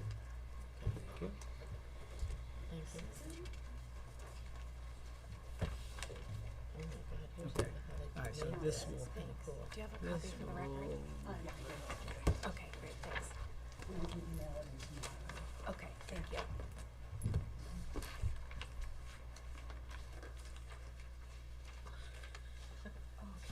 Which way do you want me to orient this? Yeah, Is that aim it toward us, please. And that's the way the camera picks it up. Thank you.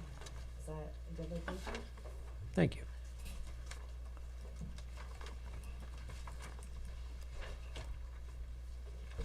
Thank you, members of the board. Again, my name is Martha Reichert, for the not for the applicant, but for the neighbors, Paul and Rosemary Hunt, who live at 71 Halsey Street. They are adjoining property owners to the south side.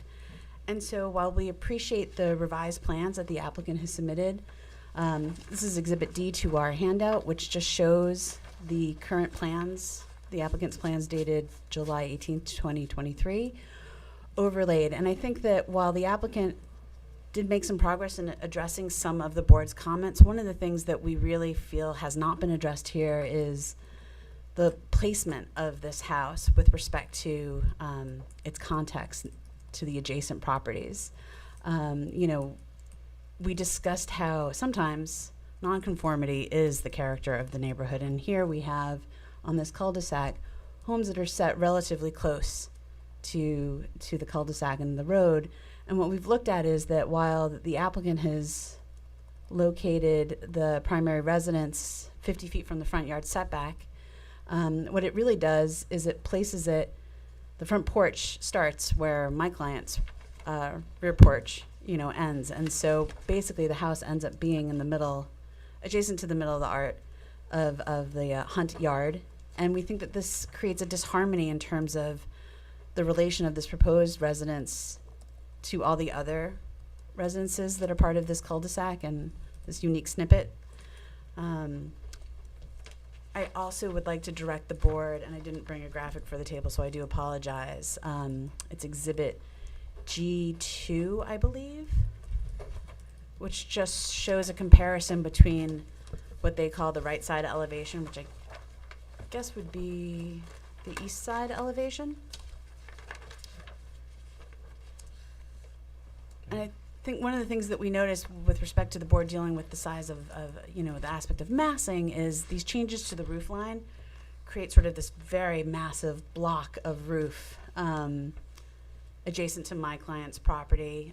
The roof line has been extended to create the concealed terrace rather than the sort of balcony that the board did not like the first time it saw it. And so we want to draw your eyes to that, because even though they've now added an attached garage, the overall size of this structure has not been reduced. In fact, it's slightly bigger than it was before.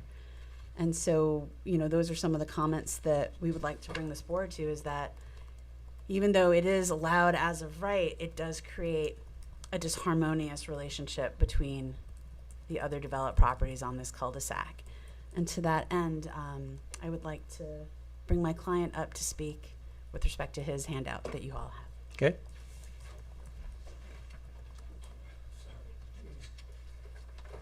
To the microphone, sir. Should I use that or can I? Use either one you're comfortable at, actually. Actually, the podium may be more comfortable for you, and please go ahead and introduce yourself for the record. My name is Paul Hunt. And my wife Rosemary and I have owned a house at 71 Halsey for over 40 years. We bought it in 79. I have a pretty long history in the Hamptons. Generally, I've been here since 1946. Mostly as a youth, I was in Hampton Bays. I guarded the ocean at Ponquag and Surf Club in Quag. I caddied Southampton Golf Club. I mean, I've fished, walked, We and understand. swam all over this place. We understand. And I still do. So I'm invested in this very deeply, and I've been in this cul-de-sac. I call it a cul-de-sac because the right of way is a driveway, and then you have the circle, and it has been a very amiable place to live. Everybody knows everybody else. Everybody respects everybody else. We consult. We've redone the driveway once, about 8 years ago, and that took a concerted effort to get everybody together and then to make the investment. Sir, I'm going to So- actually ask you, because you've given us a lot of homework to do here. Pardon? I'm going to ask you to move forward to your comments about this specific Okay. house, if you would, in Fine, the but I'm interest of just time. telling you what. I understand. What I'm saying to you for first thing is the cul-de-sac is a unique community in Southampton. There's nothing like it. If you go to Exhibit A, you've seen Exhibit A before. It's a drawing by Ed Corll. Sir, we're It's not like going the to go through survey this of Ed whole book Corll tonight. In 1948. Sir, we're not going to go through this whole book tonight, so if you could just limit your comments to your perspective, and then we will take the time to read this, but we're not going to go through it tonight. We're not going exhibition by exhibition tonight. All right. We're going to limit public comments. It's a long evening. We have a lot of people to go. Let me hit, the first thing is take a look at the drawing, the applicant's drawing at the driveways. That driveway, if this does not become, if this becomes any kind of a share house, will hold 9 Sir, cars. we cannot, I will not entertain if it's a share house. We cannot predict the future. Okay. That's not fair. Okay, Let's all right. let's assume the house gets built and a family lives there, but you can't predict what will happen to a house in the future, and we will not be making decisions based on what could possibly happen in the future. We make our decisions on the facts that are put in front of us. All right. I would propose to you that the building should be moved forward. It's that simple. Okay. It should line up with my house, it should line up with the houses on that side, so that the backyards are private. This thing will overlook my backyard, it will overlook the Kumar's backyard, and it will deprive us of both a dark backyard in the night and looking whatever we're doing during the day. Okay. So There'll be light pollution, so it's fair to say that your principal concern is the location of the house on the property. also the size. Okay. If you look, Martha has just pointed out the fact that the extension of the roof line makes the house bigger than it was. Yeah, she did. Okay, if you look at, and maybe you don't even want to look at it, But if you look at the Exhibit F, Sir, we are not going to go through all these exhibits I'm tonight. not trying to make No. you go through all of it, I'm just trying Okay. to make some references to it. We gonna let give you- others in this room Yeah. drone on and on and on. I think we should give Paul at least a few minutes to Okay. say what he has to say. Exhibit F shows you all the sizes, I took it from the tax records, all the sizes of all the buildings on the cul-de-sac and on the Moses Lane side of the property. And what it shows is that this proposed house is somewhere between 2 and 5 times the average size of these houses or the mean sizes of these houses. This thing's huge in comparison to what's there. It's basically disruptive of the architecture of the cul-de-sac and the properties on the Moses Lane side. These houses form a unique, small set of houses. This thing is a Carnival cruise ship in the middle of a bunch of dories. Okay, that's the difference. The big argument is move it up to where the old one was and make it smaller. Okay. If you don't, this is going to be an absolute mess. Okay, thank you.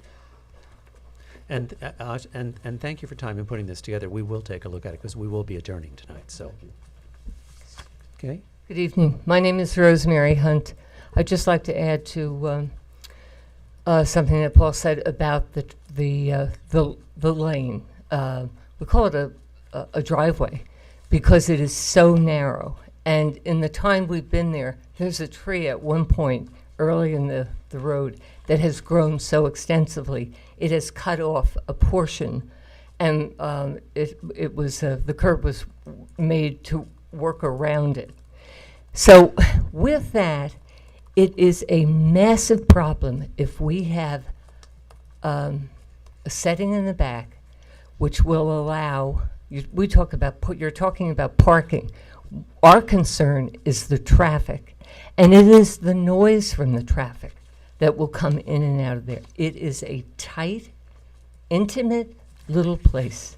And as Paul mentioned, over the years we've done very well in an attempt to get along, and maybe we just were lucky in most instances. One of the houses in the cul-de-sac has had 5 families over the time we've been there. And in that time, we had one person that had cars in and out constantly. The whole cul-de-sac was filled with cars, and it became a major problem. And that's really what we're referencing. We've got history on this. okay, thank you. And so the size of it is massive. As Paul said, it's right next to us. We're probably the only ones that don't have a pool. We actually sit out in the yard, and we read, we enjoy the sun, we garden. All of that is going to change for us. We're not going to have any intimacy. So there are a lot of other things, but I really wish we put a huge amount of effort in to painting a picture for you. So we do hope Which we that you will appreciate. go through those journals We will, thank you. and take a serious look at it. We will. All right. Look, there's a serious effort here. We will. Thank you. And we thank you for your work. Thank you. Martha Reichert for the Hunts one last time. I just want to wrap up my client's comments.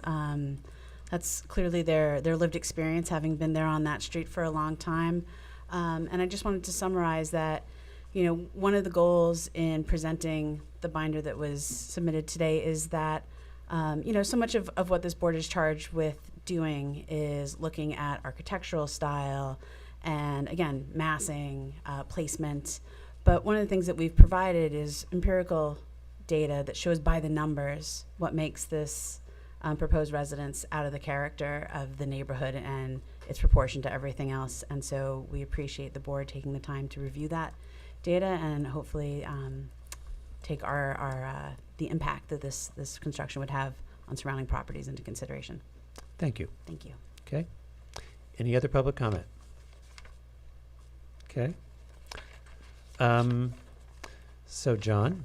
Yes, if you could adjourn it, we're going to Okay. thank you very much for those very, very helpful comments, Okay. particularly about the the roof lines and the fenestration and some other things, and we'll get back to you with some revisions.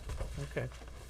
Then I'm gonna request that I'm gonna move that we accept the applicant's request for adjournment for 69 Halsey Street. Do I have a second? To 8:14? To 8:14. Do I have a second? Second. All in favor? Aye. Thank you. Board members, Yes? would I be able to get a copy of that PDF that was submitted for my records as well? Yeah, Martha said she was gonna provide it tomorrow, so the building department can send it. Can she send us a copy? We're usually pretty Yeah. good with sending her a firm copy. Is that okay, Martha? Thank you. Thanks. Okay. Thank you, board members. Appreciate it. Thank you, public. Great, thank you. So next up is 89 Halsey Street, construction of a 2-story single-family dwelling.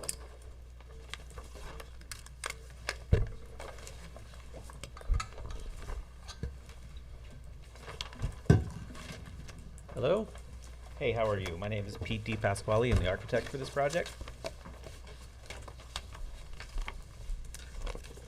For those who were not present at the June 26th meeting, I am the architect for the project, and I'm presenting a revised architectural design for 89 Halsey Street. Let me just share here. Our clients wanted to be sure to thank the board for their input in directing us to design a home in harmony and in character with the village, particularly paying attention to existing house styles and previous approvals for the area. It was the farmhouse that was on this property originally and was demolished, which led our client to purchase this parcel. However, upon inspection, it was clear that the house was dilapidated and stripped of architectural character. And we did go before the board and found consensus there to take the original house down. But it was an inspiration for this client. As part of the sort of, so as to be properly contextual and harmonious with the area, we did provide, we performed a survey up and down Halsey Street, taking a look at style, materials and color, mass and placement, to make sure that we were situating ourselves appropriately with the proposed design. And you can see that, another reason this client was drawn to this area is because there is diversity on this street. There's no one particular approach to style or mass or color, or even siding. So just, our research found that while there were common trends, there is a character and a simplicity of style up and down the street, that there is variety to design, mass, color, and the site layout. The house that was there previously, the farmhouse that sort of, grabbed the client's attention, is just that, a farmhouse that was part of a number of houses, which I think, dated back to being at the edge of Halsey Farm. This farmhouse style is also next door at 83 Halsey Street, directly to the south. So our proposal is something that's farmhouse-like, purposely unadorned in detail, similar to the house that was there before. The proposed houses have natural cedar siding and roof with white trim and white windows. The roof form and slope are similar to other houses on the street. There's a front porch and a rear porch with a natural cedar finish. The existing garage is to remain and would be reclad with the same materials and finishes as the main house.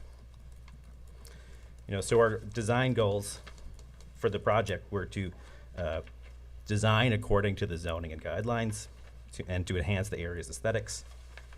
The farmhouse style is meant to evoke the previous structure and others in the neighborhood. I mentioned the materials, and we were also thoughtful or mindful of the board's previous hearings and their approach to glazing and upper story balconies, and provided calculations to that effect, that we are below other houses that have been recently approved. In terms of mass and placement, the house is meant to be in line to other complying houses to the south.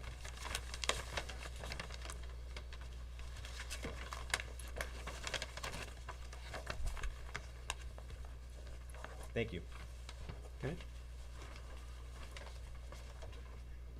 Board members. I can start. First of all, thank you for listening. I think this is a vast improvement from the previous design. The elimination of the balcony in the back, I think, is exactly what we would like. The materials seem to be in keeping with the character of the neighborhood.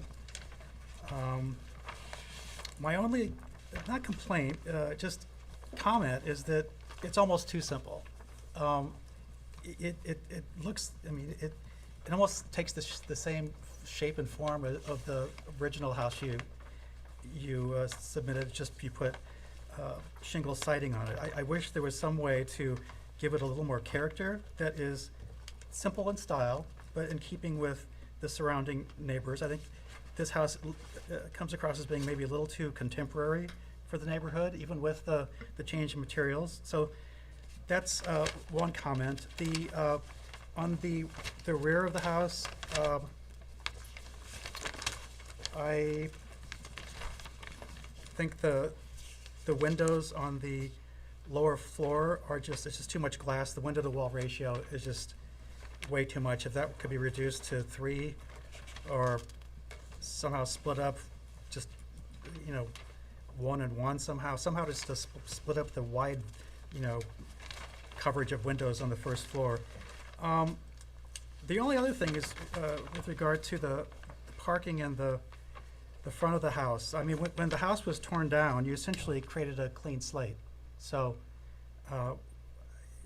with that in mind, I'm not in favor of 2 curb cuts into the property or a parking lot, what simply looks like a parking lot in front of the house itself. I think there needs to be a closer look at some solution to keep cars from obstructing the view of the house. And finally, the landscape plan looks fine to me, except for the Leland spruce or whatever evergreens you have planned for the street-facing side of the property. I think we've made a mistake in the past of overlooking what that creates for the village. In fact, we declined approval for a property in the village near the theater, 109, I think, Hill Street, because that wall of arborvitae creates a evergreen wall that essentially prevents the community from seeing anything of the house itself. So I think every property on the street has privet as a front screening, which is slightly transparent, and in the wintertime, more fully transparent. But I think that is much more attractive, much more in keeping with the neighborhood itself. And that's all I have. Okay. So just to recap, it was the parking, the Leland spruce, and I think there were 2 other items. I just want to make sure I address all The of them. parking, the Leland spruce, the 2 curb cuts, I think only 1 should be permitted for this size of property and the width of the property. And then the windows in the first floor and the rear of the property need to be reduced. The window to wall ratio seems to be much greater than what I think would be preferred. And there's the air conditioner again. Sorry. Just making us Susan. jealous. So I agree with most of what's been said. I have a personal, I find that trope of a round window, sort of the postmodern look that it gives this house, to be not in keeping with the neighborhood. Although I like the rest of your design, I completely dislike cars on a small lot, like townhousey, parked right in the front, which is what you've got. And in the rendering, you don't see the extent of it. But I don't think driving down that street, that street deserves that. The back, it's pretty big. I'm not so against the fenestration of the light in the back. But I hear what he's saying about how simple it is, but I like how simple I love the house that came down. I love the sort of stark farmhouse thing, and to me, putting that round window just doesn't recognize what was there before. Yeah, the idea is definitely to be intentionally simple looking Right, to, I think that came across, yeah. it's just I get that, then, yeah. And that's in conflict. And there might be another thing to do, or to make the shingles a different Mm-hmm. pattern up there if you wanna make something a little fancier, Mhm. I don't know. I'm not suggesting what you do, but I don't know any, but I find that round window to just be, it is like a postmodern, it has a postmodern feel, which I don't think belongs there. The rest of it though and I hate the parking, but besides that, I got no comment. Okay. Well, All right. Were there Sorry. outdoor lighting fixtures on that? Yes, Yeah. beside the door. At the front door. Okay, Okay, so building on what both John and Susan were saying, yes, you've achieved simplicity, and yes, and I know whether I don't know whether you are the owner or the designer, but I know you've walked the neighborhood extensively, and with notebook and camera, and that's great. And there are various elements of some of the houses here. So you've captured the simplicity, but maybe like another applicant before, but a bit too much so. There's a starkness to this that even though the prior house was particularly simple, it had a certain softness to it, a certain charm to it. And this presents itself as being rather stark. And as such, it would be disharmonious to the other houses. It's not to say it doesn't have elements. Well, of some- different, certainly. I'm sorry? Different. I don't know if disharmonious. Well- is, yeah. So again, let me clarify, because the code requires us to use our judgment to determine whether the design, whether the structure is harmonious or not. So that's my use of the words, whether you choose to agree with it or not, that's not what I'm gonna be, different, disharmonious, tomatoes, tomatoes, okay? It's disharmonious, that's what my vote will go on. So, here are some thoughts, to warm it up a bit. You have no soffits on this house at all. It's everything stark, flat, flush to the roof line. You might want to think about softening it up with the addition of elements that do that. Similarly, the porch is rather modernistic in its execution and stark in its design. The nature of the columns. You'll notice that where columns are used elsewhere, there's again a certain softness, whether they're round, whether they, cut at a corner, but a softer facade. And I think to Susan's point, yes, I dare say, and again, your client or associate walking on Halsey Street may have found a round window or two.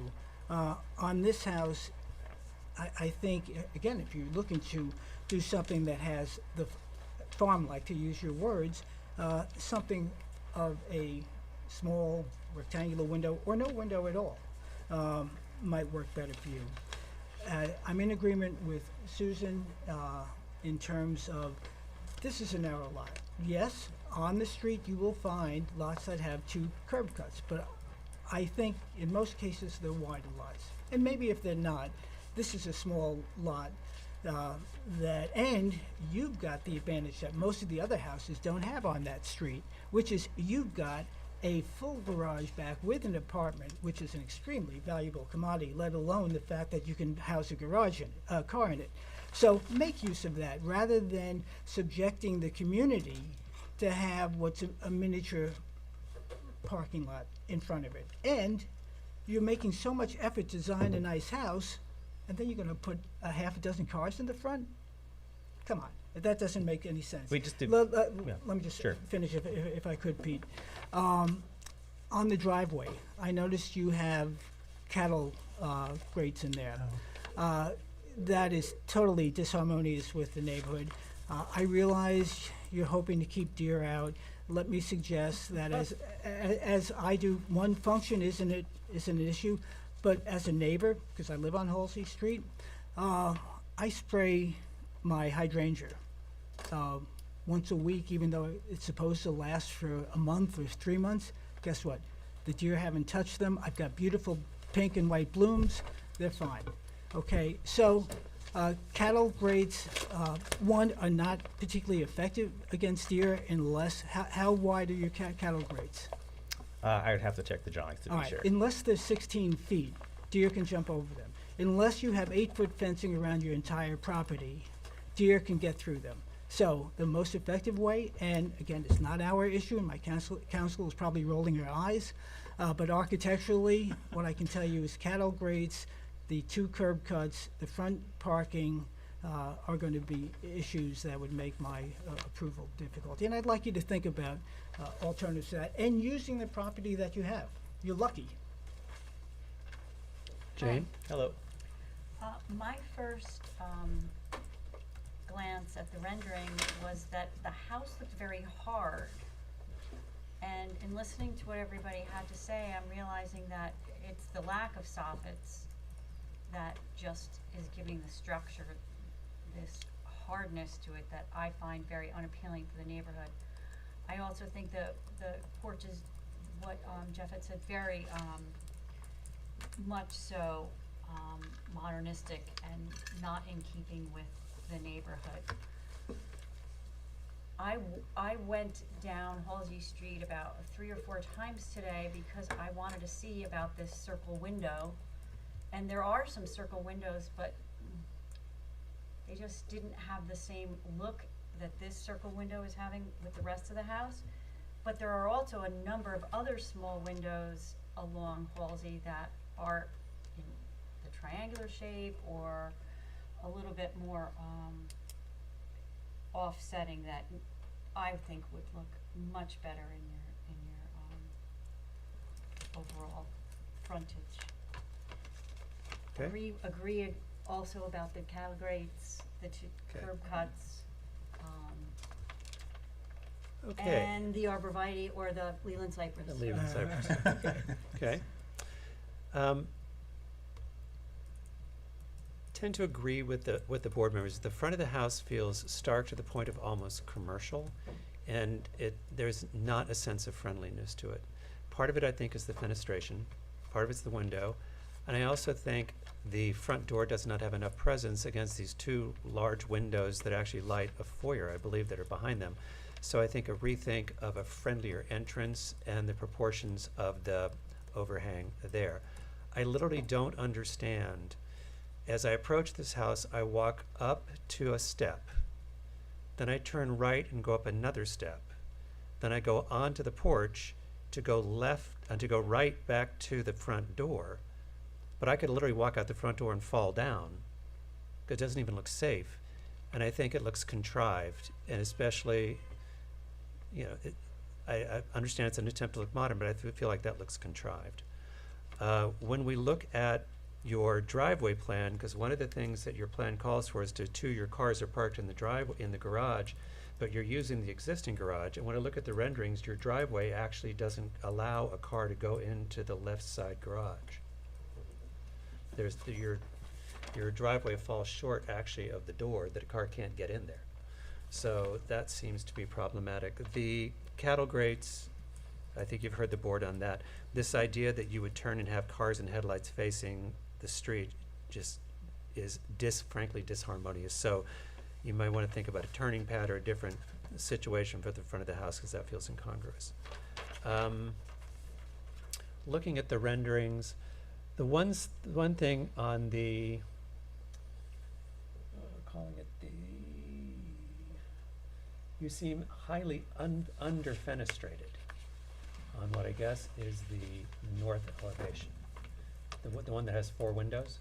If we look at a normal fenestration in the classic houses that are in that area, it's usually between 15 and 25%, you're down to 12. So that entire wall-to-window ratio looks thin on that elevation.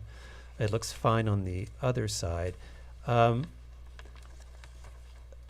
size of the windows over it doesn't feel that the four panel slider across the back from a light pollution standpoint doesn't seem problematic. You may want to look at both the style, and I think one of the reasons it's looking so stark is because in a neighborhood, in a house style, I know you're doing a modern version of it, a house in this style, in a classic style, would be double hung windows versus all casements. And I think the all casement choice is making it look a little harder. And I guess those would be my principal comments. I do agree that it doesn't, I assume there will be gutters on the house, that you're not going with the Yankee gutter situation or some such, because as drawn, there's no water management from the house other than falling down the sides. But I'm assuming there would be Yeah, that was gutters and water management. to be And determined, yes. that a soffit gutters, water management would actually soften it and take it a little more into the classic structure of the neighborhood. So those would be my comments and sort of an assumption of what I'm hearing from the board. And of course, the cattle grates are just a no-go from here.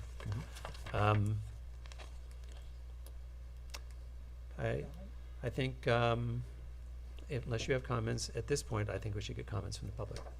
I'll have some comments, but I'm happy to hear from the public Okay. first. Why don't we get them all and then we can address them Sure. together? Okay, great. Comments from the public, please.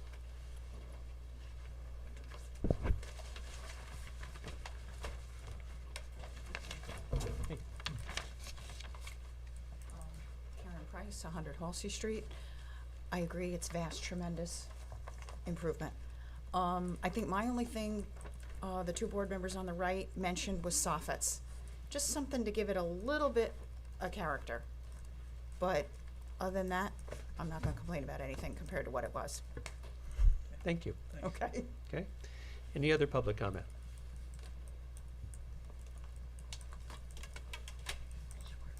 All right, I'm 101 Halsey Street, Bob Price. Again, the soffits. I'm sorry, without can a you just doubt. repeat that into the mic so we have it in the record, please? Right, 101 Halsey Street, Bob Price. All right, and the soffits is a big deal. All right, the front, right over the front porch there. Adjust that a little bit, make that a little nicer.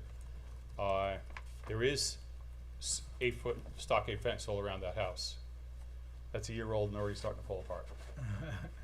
All right, and that cottage, that used to be, there's no CO on that cottage. That's not a separate rental. All right, that is, from years ago. All right, that's all I got. Okay, thank you. All right. Okay. So just gonna go through and try and clarify or just kind of talk about, I'll be quick. The parking, so we're required to have 5 parking spots for the house based on the 4 bedrooms in here and the 1 bedroom in the existing apartment, which there is a C of O for. And I can understand wanting to extend the driveway to use both of these for cars, but it is still complying with 5 cars in terms of the garage. But understand One in this, front. but understand that your survey has 2 cars in the garage. Okay, we can make sure that is consistent and depicted accurately. In terms of how the building department, because we knew that the parking would be an issue and the composition of the driveway. We talked to them about the 2 curb cuts. We talked to them about how parking was calculated and where it could go. So the intent is that there's the garage here. We're allowed to have parking here stacked in front. There's the ability to have 3 cars here. This is a gravel area that's just big enough to take those 3 cars. It is in no way intended to be any kind of parking lot or to have too many people here. And there is precedent for having parking between the house and the street obscured by plantings. There are many houses that have that up and down Halsey Street, particularly on the west side where we are. So I think in terms of parking, we are meeting the requirements. So Keep going. I think, keep going. Well, okay. You're not gonna get support for that, is my guess, but go ahead.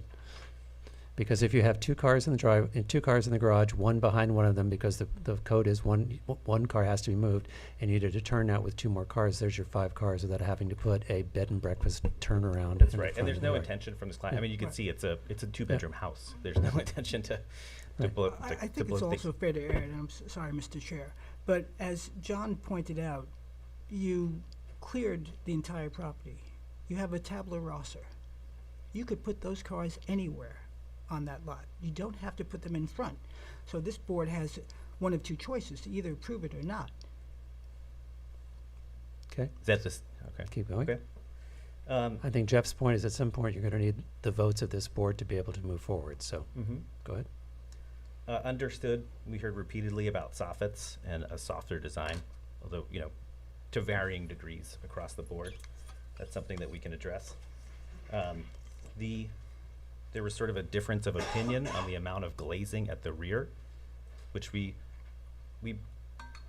we're conforming with the rules that we've heard in previous hearings, with previous approvals, and this opening is under a virtually solid cover and will not be seen by any neighbors. So just trying to determine to what extent or what criteria should be used to reduce those. I don't think we've ever approved something that has that window-to-wall ratio on. 49 Breeze was the most recent one. It may or may not, but we're looking at this house on this property, and if you, we're looking at this Yeah. property. No, and I agree, because I don't there's think that well there's actually over- There's 60% fenestration there, so. I mean, I feel like at the end of the day, the answer to you, sir, is the board members have told you they feel like it's too much glass across the back of the house. They don't find it harmonious or appropriate, and it's your job to come back with a solution that this board would find appropriate.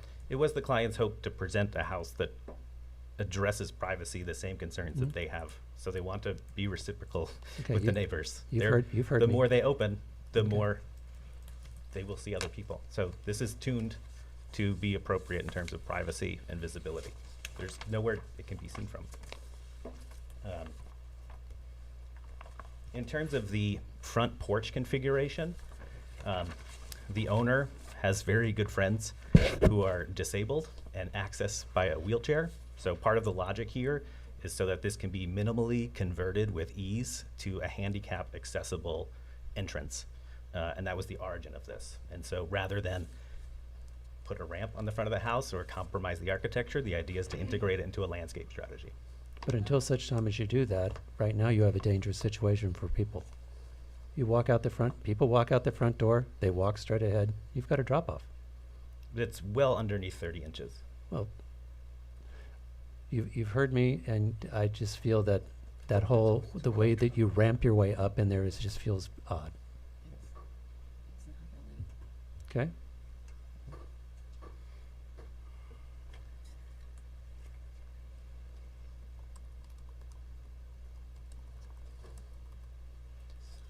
And then in terms of the planting species, there was also, there was a comment, I don't know if I should address public comment or not, but there was a stockade fence that was put in because the neighbor had a stockade fence.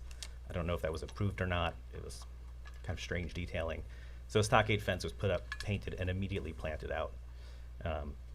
That's the reason that fence was put in there. Okay. Because the adjacent properties were taking no care with the property lines. Okay. And then in terms of the plant species at the front, I mean, as we look across the area, it seems like in adjacent blocks, there is a mix of privet, arborvitae, and cryptomeria, but there's a clear preference from the ARB to be one versus the others. Just trying to figure out how that one particular species was identified. No, not the species. It's about the transparency that an evergreen wall in front of people's homes on the street side creates a very uninviting atmosphere, and I will hold that in my mind going forward for everything we review. There's a reason why, if you look at the vast majority of the older homes on our gentle streets, most of them have porches, because we used to be a friendly village where people would walk, they'd wave at their neighbors, they'd talk to each other. So this idea that you're going to put this idea that you put a 20-foot tree up or a 15-foot tree up to block the ability to see to the street just takes away from the friendliness of our streets and makes them look inappropriate in the opinion of the board. There's You asked for my answer, and Yeah. there it is. Okay, sorry. There's no tree proposed to block any No, view of there's the a house wall from of the there's street. a wall there's a wall of You're not greenery. listening to Yeah. that. You're not hearing So- the comment. Okay. And then, yeah, we were trying to be good, be neighborly, and being in the context of these two neighbors directly adjacent to us, and that's where that came from.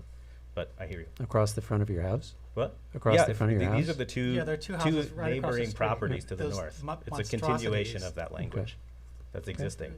Yeah, they were approved by previous board. They're hideous Okay. homes with hideous arborvitae. Well, I think at this point you've heard the comments of the board. I'm assuming you'd like an adjournment. Yep. Okay. So I'm going to move we accept the applicant's request for adjournment for 89 Halsey Street. Do I have a second? Second. All in favor? Aye. Any opposed? Thank Great. you. Thank you. Does it dump over your head? No, I'd like to. Bring it with class. Can we have it in there? We have like 2 minutes. ACO? Oh, that's a possibility. John, Mark? Mark, Jane was saying, can we take 10, turn the AC on for 10 and see what We happens? could turn it on for a minute. Yeah, We could give it a shot. So in the Try middle to, there, push I know, something. try to cool the room. I can't.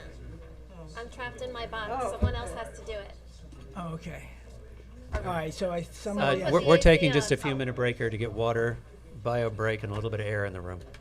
Do you have a remote for that? Oh, did you take the remote, Alex? For that. Oh, that. I thought you want, oh, that's out of commission. Thank you. It's a good thing we have a break, because I just filed my agenda again, so I gotta go find it. You feel Yeah. It's like 10 degrees cooler. Oh my God, I'm going back there. Ah, I had to take my cute belt off. you what? My belt. Holding in my own. That's because we're dying up here, all right. Here in this modern village. Air conditioning is new. Well, when you meet tomorrow, Mayor? Yeah. It was on the last agenda. What, the air conditioning or the? One of the things that has been on the agenda is the whole redesign of it. It's just really hot. All right.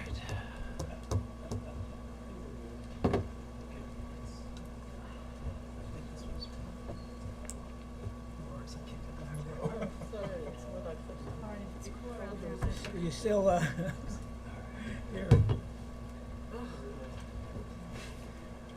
Like new chairs too.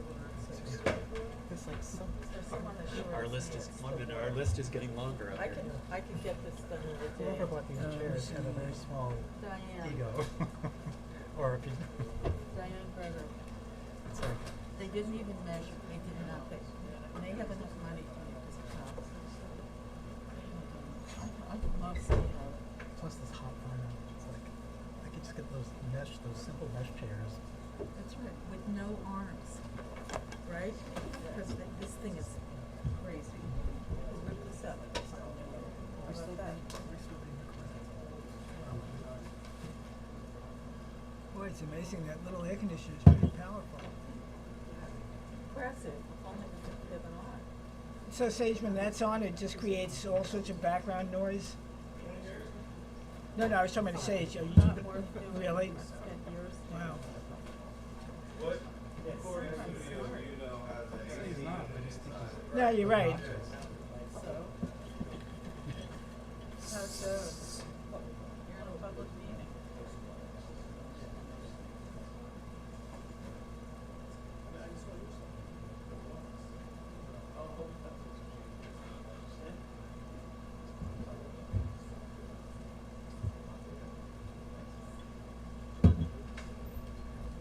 I'm not getting up because I don't think I want to move.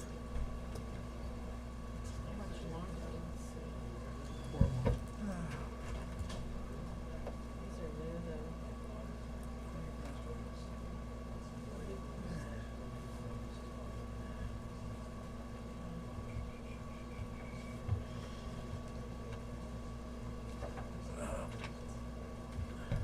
All right.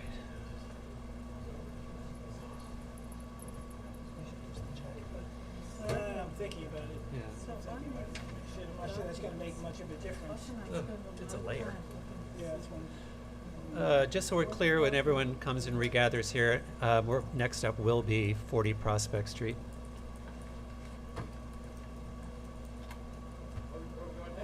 Well, as soon as they gather.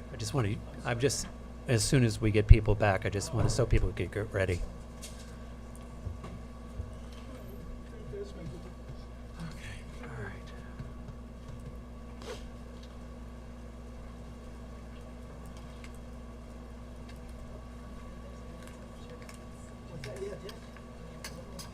Oh, John, could you just hand me that sheet of paper? That's not Yes, that's yours. from the last Yeah. application, right? I'll put it in the file. Just, yeah, it's fine.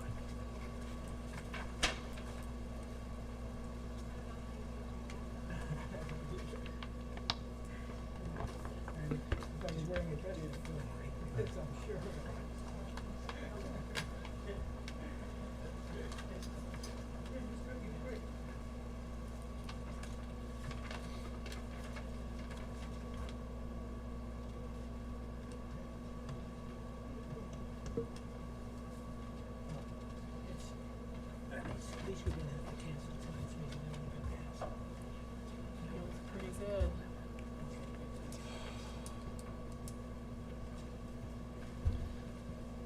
Counselor, my next question for you is gonna be, do you have the affidavits and are they in order? Of course.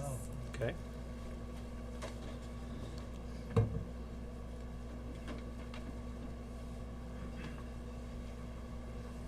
All right, Just waiting for Jane. just wait for Jane. I think Bailey sent over the She did. copies.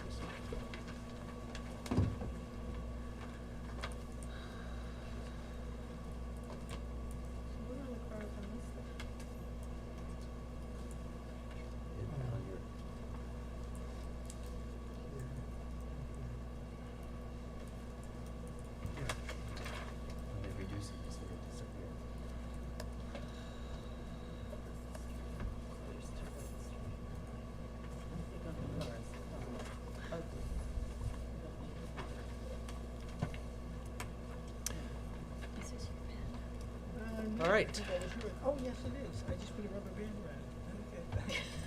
we can move forward. Are we ready? Are we on? Okay, go. Okay, you want this on or off? Well, it's gonna get turned off in 1 minute. Here we go. Oh, It's off. it's up to you. There you go. John, It's obvious not up to us. Go ahead. That much I know. Go ahead, John. John Bennett, the applicant, Joe Pajak, the project architect, is with me. This affidavits of mailing and posting have been handed up, and this is an application for the construction of a new single-family residence, reconstruction of existing detached garage, and construction of a new pool house. I'm gonna have Joe come up, but I do wanna hand these up. It's not new material, really. These are Gary Lawrence, one of my favorite historians, architectural historians. We actually had them colorize the elevations, so it's not new material, it's not renderings. They're colorized existing, of the existing elevations that we have. I just thought it would look a little bit in the eye. That's great. But I don't want you to think I'm giving you something new, it's just colorized existing elevations. Okay, thanks, John. Did you get one? No, it's okay. I have a good imagination. Do you have an extra one, John? Yes. Oh, no, it's okay. Mine's over here. No, no. That's his? I gave you one. That's Oh, yours, yeah. okay. No, All right. no, we don't need it. I need it for the file. Thank you, John. Joseph Pajak, architect for the owners. The site it's a small site. It's a third of an acre. And we, in terms of the site arrangement, the site plan, we push the house as close to the street as possible. And then the backyard, we have the new pool house, as John mentioned, an existing garage that we're recladding, redoing in place, and a pool. And I'll jump right in. It's getting late, and I'll just focus on the architecture. Please. The main house is if you go to page 9 of the set, that's your context on the street. We did a survey of the houses next door on West Prospect, on Prospect Street, which is a short street. And to give you the front elevations of the houses and also the front yards. And I just wanted to point that out. So the massing is a simple massing, as one can kind of do on a smaller lot. It's a gabled roof, 2 intersecting gables. Again, contextual, inspired by the neighbors. And then we've clad the whole house in natural cedar shingles. Same for the roof. On the front, we have a front porch that frames a wood painted front entry door with side lights, and that's a lead-coated copper metal roof on top of the front porch. I should point out that all the trim on the house is cedar as well, natural cedar. The gutters are lead-coated copper. The windows are traditional style double-hung units, painted. The accessory buildings, the pool house and the garage, are seen to match with the same materials that I just described. I just wanted to point out, I'm sorry, Yes. it didn't come out well on the renderings. It's sort of ambiguous, but it's a brick chimney. It's actually, please. that was Did actually, not come at no, hello. Not at all, no. yeah, it's in, First thing it's in I the, noticed. yeah, it's in the elevation. It's right in in the, the it's elevation, mentioned so- in the materials, though. Yeah, it is, it is. Yes, thank you, John. The materials are, the exterior materials are all called out in a table on the exterior elevations for the respective structures. And I'm happy to take any questions. I can start. Go ahead, John. I appreciate the size of the house and the scale of the house compared to what currently exists and that of the neighbors, so I thank you for that. And the materials are nice, the cedar shingled roof and siding. My only question, the windows in the material list, I read them as being white, but in the rendering they look like they're black, so. They are in fact black. They're, okay, well, that's, I can't vote in favor of that. And the- wood, Yeah. they're black. So that we're not gonna have black windows. You know, it wasn't clear. I thought it said, it was. You're not gonna get an argument from that. Oh, We're gonna okay. change those windows. What would you like them to be? Just Are they, So are what- they what casements are or, they gonna- are they casements or double hungs? They're double. They're double hungs. Just the Sorry, the typical house white immediately windows in the next door village. to us has I black know, and it looks windows and- horrible, Yeah. but we won't go there. That's a thing of the past, I believe. You're not gonna get black I windows made out a of this few board. mistakes on that earlier They're just on. not consistent with the village as a whole or the neighborhood, other than that one example. My only comment is the, Excuse me, I'm just trying to get this down. Dark green, give me dark green, Dark white, green's pretty. dark green. Oh, no, how about not so I dark? just, I'm just not telling you. reconsider what that might look like. Why don't we get all the comments, please? My only other comment is, as you would expect, the rear of the house, all of the glass on the first level, I think that if that could be minimized somehow, maybe 2 on each side as opposed to 3 and 3, it just seems like a lot. That's all. And other than that, I think even the parking, I think, is cleverly done to keep cars off the street and keep them from being parked like a, parking lot in front of the house. Is that going to be asphalt or Gravel. gravel? Okay, good. Gravel. Is it pea gravel or Crushed, bluestone? Yeah. crushed gravel. Okay, so that's all I have. Okay. Susan? I agree. Oh, there's no light fixtures either. Are there any Sorry. outdoor light We fixtures? did include a spec Really? with the application. I'm Oh, they're not on the missing rendering, maybe something. they're on the other plans. They're not on the rendering or the drawing. So I like Just the your placement. house. that's- Okay. I do not like really dark windows. Really lighten up. The back, I don't know what to say about the back. It'd probably be better if you made it not so many lights, but besides that, I don't, And it is a fairly small lot. Yeah. And the houses around it are Fairly small as well small. and small. That's just listen, we're not trying to have a debate or anything. where are the materials? They're on the exterior elevations, they're called out. But besides that, I think it's clever. Thank you. Okay, I would just end up repeating what John and Susan said, but I will add a positive thing, which Joe's treatment of the front door and the columns is what you were speaking about on some of the other applications. So in terms of being a Even the good metal roof is a execution, nice the accent. the door is substantial, the columns are well placed, and it fits. And it fits into the language of the village. Yeah, exactly. Thank you. Jane? I will agree with the, window ratio in the rear elevation. And I would also mention that possibly the pool house has, the west elevation, the pool house may have too much glass on it. We can get a buy on that one, and it's just a little accessory structure. I have less issue with that because it's not like a living, you're not gonna be out there all night with lights on. Well, like this. Well, Might be. Yeah. Well, you It's can't maybe. live in it. Theoretically. Well, I haven't gone yet. Sorry. So just walk the board through, please, where your exterior lights are. You have them on the garage. But are there front-facing surface mounted lights on the porch? No, there aren't, there are downlights in the porch ceiling. Okay, thank you. The garage, And same story in the back? on the back of the house? Yep. Yes, yes. There are no surface mounted fixtures? No, sorry, there is, there would be, sorry. No, there's downlights in the pergola, so Okay. there's no, the only surface mounted sconce is on, I believe, the garage. Could you just explain the pergola? Is it a pergola that has louvers? So this is a south-facing Yep. rear yard, and it's a small lot. The homeowner's enjoyment is gonna be spent, utilized on the back deck, facing the pool. My question is about the construction. Is it Oh, sorry, louver? Is sorry. it roofed? Is it louvered? It's fixed louvers with Ipe wood slats. Okay.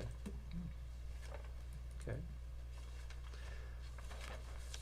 And that is, sorry. Yeah, it's not a deal breaker for me, but I would say I agree with Jane that when you look at the pool house, just when the doors get too big, and they're very big, they actually sort of mess with the ratios of the entire structure. I think if they were 20% smaller, the structure itself would look larger, it would look more in response, because there's very tall, very big windows. That would be my one comment there. I think overall, it's an attractive house on a small lot. We all do appreciate how you've managed the parking. I think the two things you're hearing from the board are the window sizes across the back and the sliders. Because what size are those doors? They're 4-foot panels by 8 feet tall. By 8 feet. Okay. Again, it is a small house, like you pointed out. Yep. And Okay. I have to.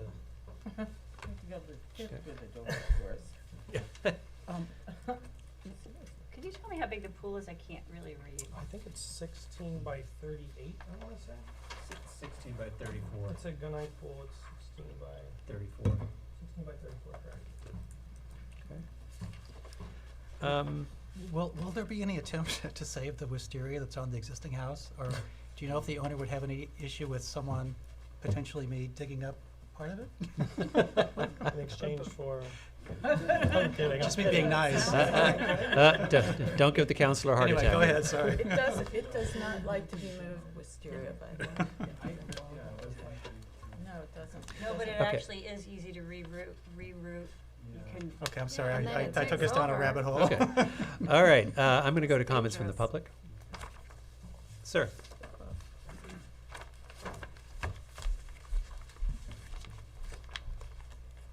Good evening. My name is Michel Brogard. I live at 120 Sanford Place, and my property directly abuts this new proposed home. And their backyard is going to be directly over my backyard. So I came here out of curiosity to learn about the way you guys think about it. It's my first time attending the architectural board review, and I come out of these 3 long hours very impressed Very hot by out. the process. Thank you. Can you I put thank that you in for writing? serving, and I look forward to a nice relationship with the new neighbor. Okay, thank you. Thank you. Thank you. How wonderful. Thank you. Yeah, really. So it sounds to me like the two issues are The color of the windows. color of the windows is a big one, and The fenestration on the rear house. the rear fenestration. Or on the pool house. Yeah. The pool house and the amount of rear fenestration. Yeah. Right. So those seem to be the two issues. Okay. Then I'm going to move we accept the applicant's request for an adjournment To at 40 8:14. Prospect Street to August 14th. Do I have a second? Second? All in favor? Aye. Two things. It's shaping up to be a very handsome house, and your ground plan, we really applaud. Other people can sort of take some lessons there. Yeah. Thank you. And Joe, I would say you should bring in a color sample of the windows. Yeah. The color sample of the window frame. I don't think you're hearing that they have to be white necessarily, but They contrast is should. good, but they can't Something be black. consistent with Yeah. the general We appearance of the neighborhood. adjourned already. Yeah, I know, All right. I know. We got All the right. message. Thank you, Counselor, thank you. The heat's going. Okay, next up is 144 Corrigan Street. Are the affidavits in order? Yes, indeed. Is there Okay. anyone here? Oh, same guy. Oh.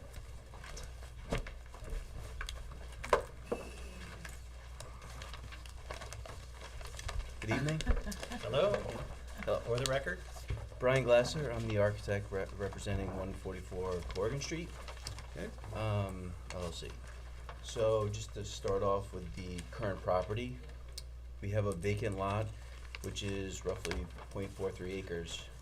And it's on the west, located on the west side of Corrigan, roughly 1,450 feet north of Hill Street.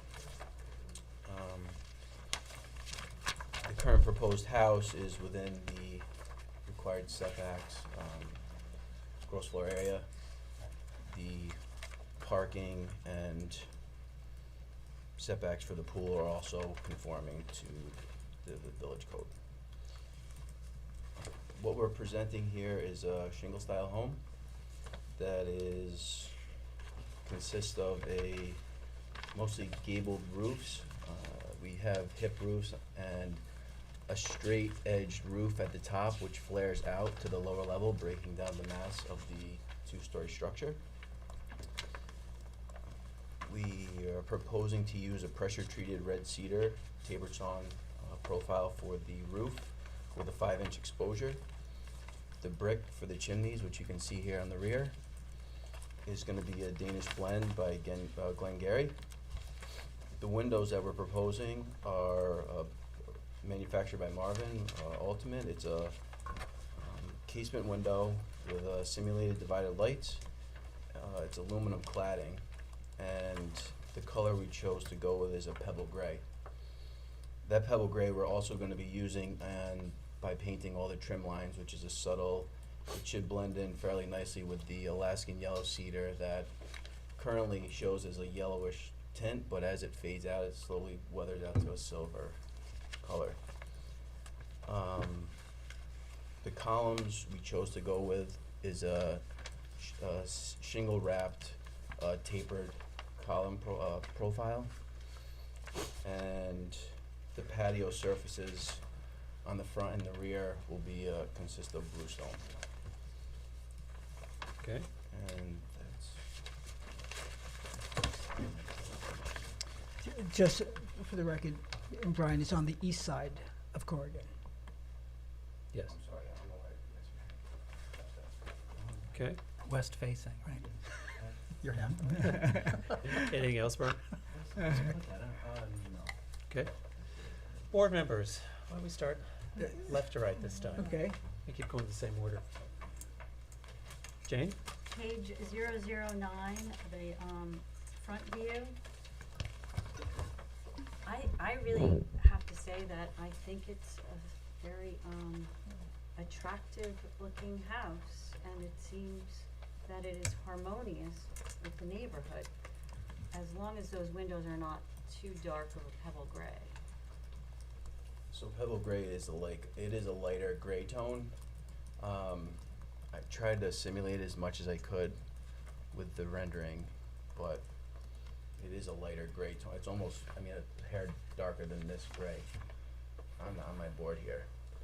Okay. It's a standard color from Marvin, so we're not gonna. Yeah, have it on overlook. page 10, in the back, they do look black when you're looking at the second story. Yeah, the shadow line. Yeah. So that made me a little wary, but I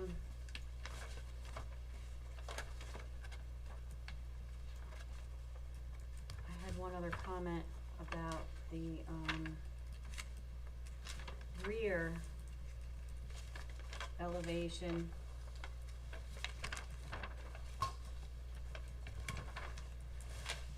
Seemed to have an awful lot going on. I wasn't so sure about this last element that's coming towards you. Looks almost like a bay window, and that was my only, and there's a lot of glass on the rear elevation. Those would be my comments so far. Okay, so in in generality, the overall design, I don't disagree fully with Jane, but I do have some issues on the front. So let me address those. We'll start with the fenestration on the front. I assume there's glass surrounding the front door. Is that it? And then that matches the 3 glasses on the second floor. To me, that's a lot of glass. And okay, so that's one issue. There are elements that I find a little kitschy, and I'm not saying that you will not find those in some of the other houses on that street, but to some extent that's the very problem, that some of those houses have some kitschy elements that over the years architects have felt the need to put in. Sloping roofs, mutton chops coming back, dentals, a whole bunch of other stuff, and including the reversed angled columns and the cedar wrapped columns. I think your house, which again, the general design is fine, but I think it would be enhanced by nixing the slopes to the swoops at the end, so making the lines cleaner there, and that's on all, the second floor gables and that first floor bump out, whatever that is.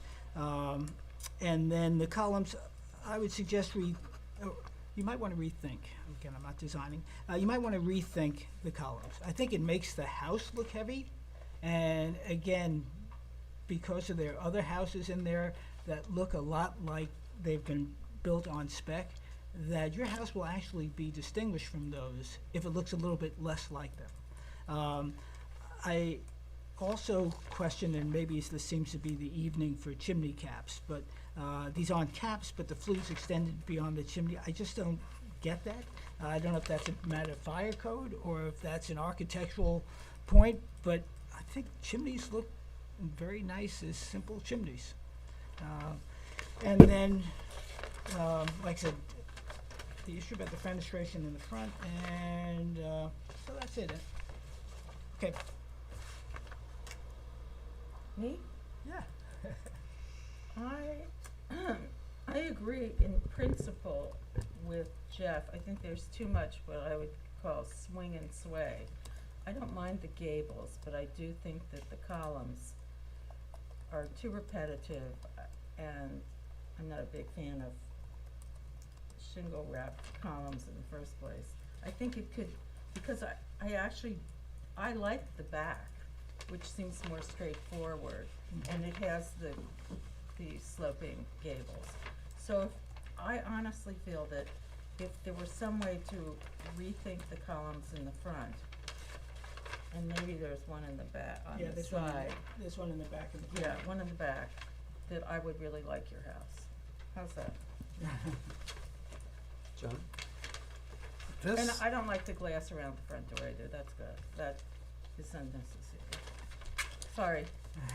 This one's really a tough one for me. I think it's not typical of houses in the village or in the neighborhood, but I think it's not inconsistent from a materials and a general design standpoint. I don't think the gables are overworked. I don't think the flare is too much. And I actually think the flared columns in the front really set it off as an arts and crafts type of example design. So I think it's actually for me, an instance where it's the materials and the general style is acceptable, and it's different enough that adds a little flavor to the design of homes in the neighborhood. I think the windows around the door are a bit excessive as well. I don't have as much concern about the fenestration in the rear or the balcony based on how it's set into the roof. My only concern, actually, is the balconies on the front of the house. That I don't think have we ever approved balconies on the front of a house in the village? Even huge estate homes, we shy away from that, which is a shame because in this example, I mean, it totally fits the design and the style of the house. But, you know, I can explain my concept if you, I mean, Yeah. I'll let you guys all speak, Yeah, no, and then no, we'll go that's through these items. but that's all. I think generally, I think it's, I like it. I think it, well, I think it's consistent from a materials and a general design standpoint, but not necessarily out of character with our, you know, with the village itself. If one goes through Pasadena, you see a lot of green and greenhouses that are very arts and crafts houses that are very appropriate to Pasadena. What I find about this is the heaviness of the approach toward arts and crafts makes it feel a little disharmonious to me. The shingled flared columns feel heavy and just out of architectural language sync to me with this part of the village. I think the turnbacks on the gables, you know, we don't like borrowed history gables that sway. But I think when they go down and flare out, you got sort of that style going on, except on the front elevation, both on the right-hand side of the right gable and the left-hand side of the left gable, they don't finish evenly and sort of they go down. I understand on the left you're trying to like pick up another lower roof line, but that to me feels, I think maybe why Jeff used the word kitschy. Just because it's not a complete thought. They extend for no good reason other than visual. There's not honesty to that to me. So where the door is concerned, I think you've heard about too much glass. It feels like it's one pane too wide all the way around is what it feels. And it feels if you bring that down, then you're gonna bring the window above it down. They're gonna come into better sync. And it's gonna calm the front facade down in the house and let it recess just a little bit. I understand why you've done, because you're giving each of those, they're probably bedrooms, upstairs egress, but it is, there have been very few houses we have seen that have balconies facing the front. Now, this house faces toward, it actually fronts toward the restaurant, right? No. What's This is on Corrigan. Oh, this is on Corrigan Street, I'm Faces sorry. west. Yeah. Facing So I think from a neighbor standpoint, that one may be something to consider. They are small. They're Yeah. 12 by 4, Yeah, so they're By small. 4? It's a 3 Yeah. foot wide. it's more of a 7 design foot tall. element than Yeah, a I practical don't think that application. Yeah. It's more about the doors, just, I was gonna put windows there, and I'm Yeah. thinking privacy and all these things, and I'm like, well, if it's enough just to open the doors, it'll let more light into that space. It is recessed, we have the flares coming in. And if I I thought it would be a if I nice- open those slider doors, because each one of those doors, and they're not sliders, are they sliders or are they? Which ones? The doors you're talking The about? doors on the, Oh, on no, the they're French balcony. doors. They're what? They're French. French. They're Out French swing doors. French doors. So if I open them up, they come They kind of rest to- on that curve. They come to the Yeah. curve, okay, because I think it's kind of interesting. I just, to me, if, all these myriad sort of arts and crafts heavy details are not in the normal language of Southampton, which is not bad, but I think on that gentle street where we have mostly classic houses, it feels heavy to me and a little disharmonious. So I feel that that lower level needs to be lightened up with both the columns and the, if we could figure out the returns above. Mark, not to cut you off, you mean these returns here? Yeah, so you see Just on. have them come straight Well, down. you see, no, you see on the outside? Here? It's the the outside of the gable, the upper gable. See the straight this? line on your roof line? I'm sorry. They both have. You've got a flare here, but it's straight here. And then you flare up, Oh, and yeah, this and one, that and keeps this one, you're trying to pick up this roof line, yeah, but when you look at the front, it looks like a mistake. Because when you go to the back of the house, you've got this double gable, which is very much in the language of Southampton. We have that in many houses. And they finish out and mimic your roof line, but the ones up top look like a mistake. So that's one thing I would take into consideration. Yeah, this line kind of Yep. comes through and follows that, but Yeah. you're saying that Yeah, that should be more. but it, Well, like the back of the house. yeah. Or just flare them out. Flare Um, it out like that. Oh, you're on the good. You can side. figure it out. We know. And rethink, I think that you're hearing some questions about being so heavily arts and crafts inspired. Okay? Do I have any comments from the public? Okay. I'm also gonna bring a sample of the windows. Thank you. Okay. Just so you guys can see. That'd be great. Okay. So I hear you asking for an adjournment to address the comments? Okay. Then go. So, overall, the census is, for the most part, like, those balconies in the front, as long as they stay the same size and scale, we're good with that.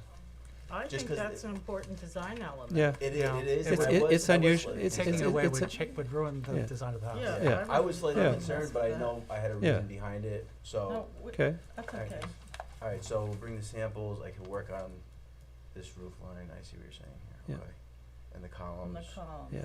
The columns. Okay, They just feel heavy.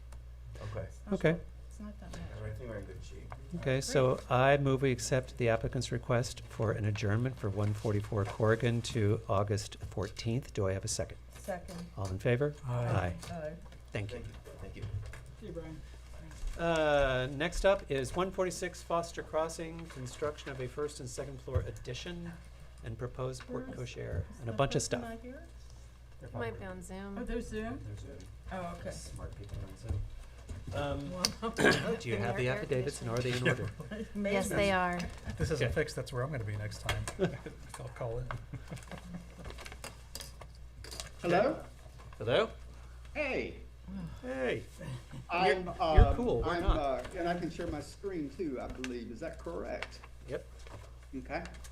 My name is Greg Tankersley. I'm an architect with McAlpin, and I'm representing the Laub family who have purchased 146 Foster Crossing, which is at the corner of Foster Crossing and Little Plains Road. This is actually a house that I had. Can I ask you to lean a little closer to your computer so we can hear you? I'm sorry.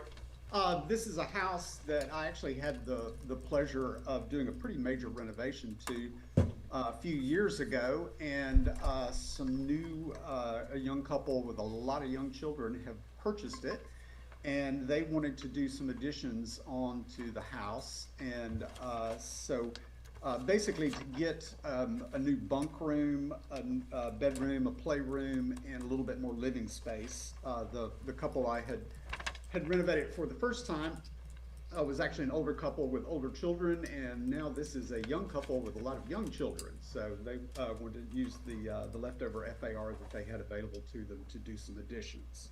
So this basically, let me get to the site plan. We are there on the front of the house. This is Foster Crossing right here. This is Little Plains Road. The house faces Foster Crossing. This was a little one-story porte cochere that originally was designed for the previous owner's show car. These people don't have a show car, but they have lots of children. So we are proposing to enclose this existing porte cochere. This is a one-story garage, which we are proposing adding a story, making it a story and a half, to add a bunk room over it. And then on the back of the house, this is a story and a half addition that has a playroom downstairs and another bedroom upstairs. There's also a full basement under this. There's an exterior stair that goes down to access this lower basement, and then there's a little potting shed right here that sort of sandwiches the stair between the new addition and the potting shed. So to give you, I think we've got plenty of parking. Again, sorry, this plan is reversed. This is the porte cochere that we're enclosing. This is the new addition that we're proposing adding on to the back, which has the new bedroom above it. We're increasing the size of this bedroom just a little bit, and then this is a new bunk room with bathroom that is going over the existing one-story garage. And a new basement underneath the back section. You're looking at floor Yeah, plans? yeah, can we go ahead and to the elevations? Yes, heading that way.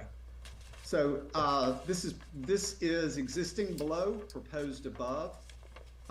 This is the new bunk room that we are proposing above the garage.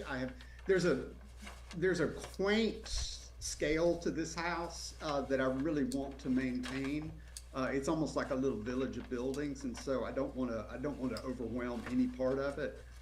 So I've actually, instead of just building a whole full two stories on this, I've actually set back this to keep sort of the quaint scale over the garage. The existing arched openings that are on the porte cochere, we are glassing in. Then this is the side elevation, existing, proposed, again, keeping all of the arched openings, basically just glassing those in. You can see the new two-story addition beyond. And then this is the little potting shed with a stair going between it. This is the existing side elevation. This is the proposed side elevation with the new two-story addition and the little potting shed there. And then this is the existing rear elevation. This is the proposed rear elevation with the new addition on the back and the little potting shed here. All of these additions we're basically keeping with the existing roof lines, so nothing gets too tall. All the materials will match what's there. Windows will match what's there. And that's it in a nutshell. Okay. Board members. I'll go first. This is a very, very interesting home. But actually what I think you're proposing is not that, I think it works, enclosing that one area in the front of the house into a living space. I think it works, and everything else in the house that I would have issue with already exists. So I don't have much to say. Okay. So there you have it. I think based on what you're showing us here, I think it's okay. Sorry. I'm usually not at a loss for words, but well, and some, I think that your additions are smart. Why you have to have a potting shed when this long line comes out seems to me to be pushing it a little too far. Because there is, I don't know which, it's the side, the west elevation, is that correct? Yeah. It seems to be taking, I don't think that's, I think that's, the proposed west elevation is already a pretty long and tall at the, situation. So I'm not in favor of potting. If you could make it a little shorter, that would be, and I think that that's possible. I don't object to the glassing in. So I don't have much more to say. Okay. I would, I was on the ARB when this was approved, and I have to say that I was not in favor of it then, so I don't think you've made it objectionable. Okay. I'm sorry, I didn't catch that last part. You're saying- Objectionable, they have not, he's not made it objectionable. not more Well, I'd say that. Okay. Yeah, and in the same vein, I have no objections. Is the, I'm sorry. And in the same vein, I have no objections. Other than the potting house. It does seems extend to the be- line of it. Yeah, is that, he's already, it's pretty long. Yeah. I mean, if you're gonna, it just seemed like, I don't know. Just, one step too far. Yeah, honestly. Okay. Did I hear the potting shed was existing, or this is, the No. potting shed is totally The new? potting shed is new. No, Oh, I the can glass speak on to the that. long line on the west. potting Okay. shed is, they basically, I mean, we looked at doing a full pool cabana on the project because they really needed a restroom for the pool and an outdoor shower.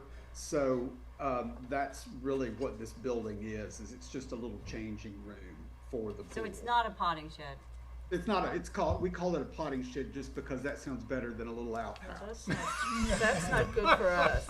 Is there nowhere else to put such a thing? No, This is a pretty big house. You could build a full pool cabana on the property, but we just didn't want to. They just didn't want to do a pool cabana. They just really needed a small little restroom.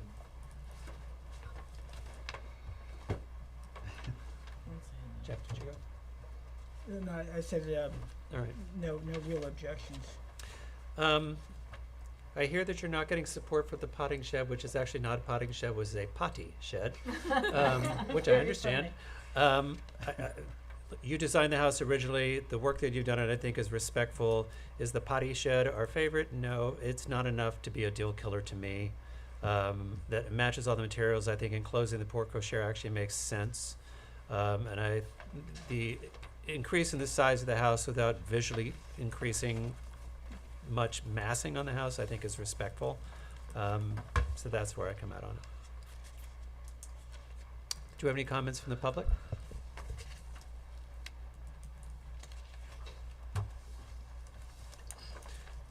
Okay, so my question was, would the potting shed be a deal killer? Not for me. I'd rather have a potty shed, I guess, than a pool house. Yes, I would It agree. depends where the for me, it depends where the it is a deal killer for me, I'll Okay. just tell you. Okay. There's room on the property. Oh, there's lots of room on the But this is property. the flanking, it's a big rectangle. Right. Yeah. So I would think that, I don't know. Yeah. I'm not running his No, show. no, it's, But that's just me. But rather than building a whole pool house, I would It go with the dep- potty, For me, it the potty depends shed. where the pool house is. Is it right on the, because this thing is on across the street on Foster Crossing. Yeah. So if they put the pool house in their yard, for instance, we wouldn't see it perhaps. Well, it's still small enough that I don't find it that So they could offensive. make a small, I'm not gonna argue. I'm saying Yeah. that is a deal killer for me, that's all. Yeah, they legally, let me get to the, Well, sir, it's up to you. We can either adjourn and you can think about the potty shed, or we can take a vote and it's your choice. I'd love to go ahead and get a vote. I was gonna speak to the pool house. This area that's right here is really available to them for a pool house, and we studied that, but it was just gonna take up so much part of the yard, when really all they wanted was a little small restroom. And now that I've got this basement stair here, I thought it was a good way to sort of anchor that basement stair in this building. So it'd be, and it's basically, it has the same roof as the tower that's on the house. So I was trying to sensitively mirror all that. Okay. You have requested a vote. So I am going to move we accept the application for 146 Foster Crossing, Daniel and Michelle Loeb. Do I have a second? Second. All in favor? Aye. Aye. All opposed? Nay. Nay. Okay. There you go. Thank you. I'm sorry, what was the vote? 4-1. 4-1. 4-1, okay, so that's approved then. That's approved, sir. Yes, it is. Wonderful, thank you so much. All right, which brings us to the last carryover measure, which is 32 South Main Street for a driveway gate. And we get out of the heat. You have great endurance. Yeah, I bet this is it. Good morning. I think you're onto something. yeah. Okay. And you've lost a couple of pounds. Mark Sitting Cirillo, in here. AutoGate Systems, representing Mr. and Mrs. Fagan. Okay. So, the clients have decided to rethink the slide gate and opt for the swing gate. That is presented to you. We sent over this drawing last week. So it's in keeping with the same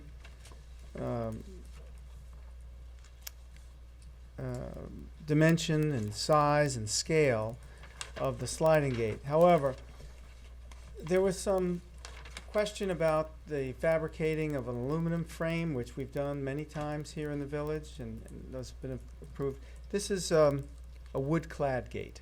So it's a steel frame, an internal frame that's not exposed. And the other difference, a major difference really, is square picket instead of a flat rectangle, which actually increases the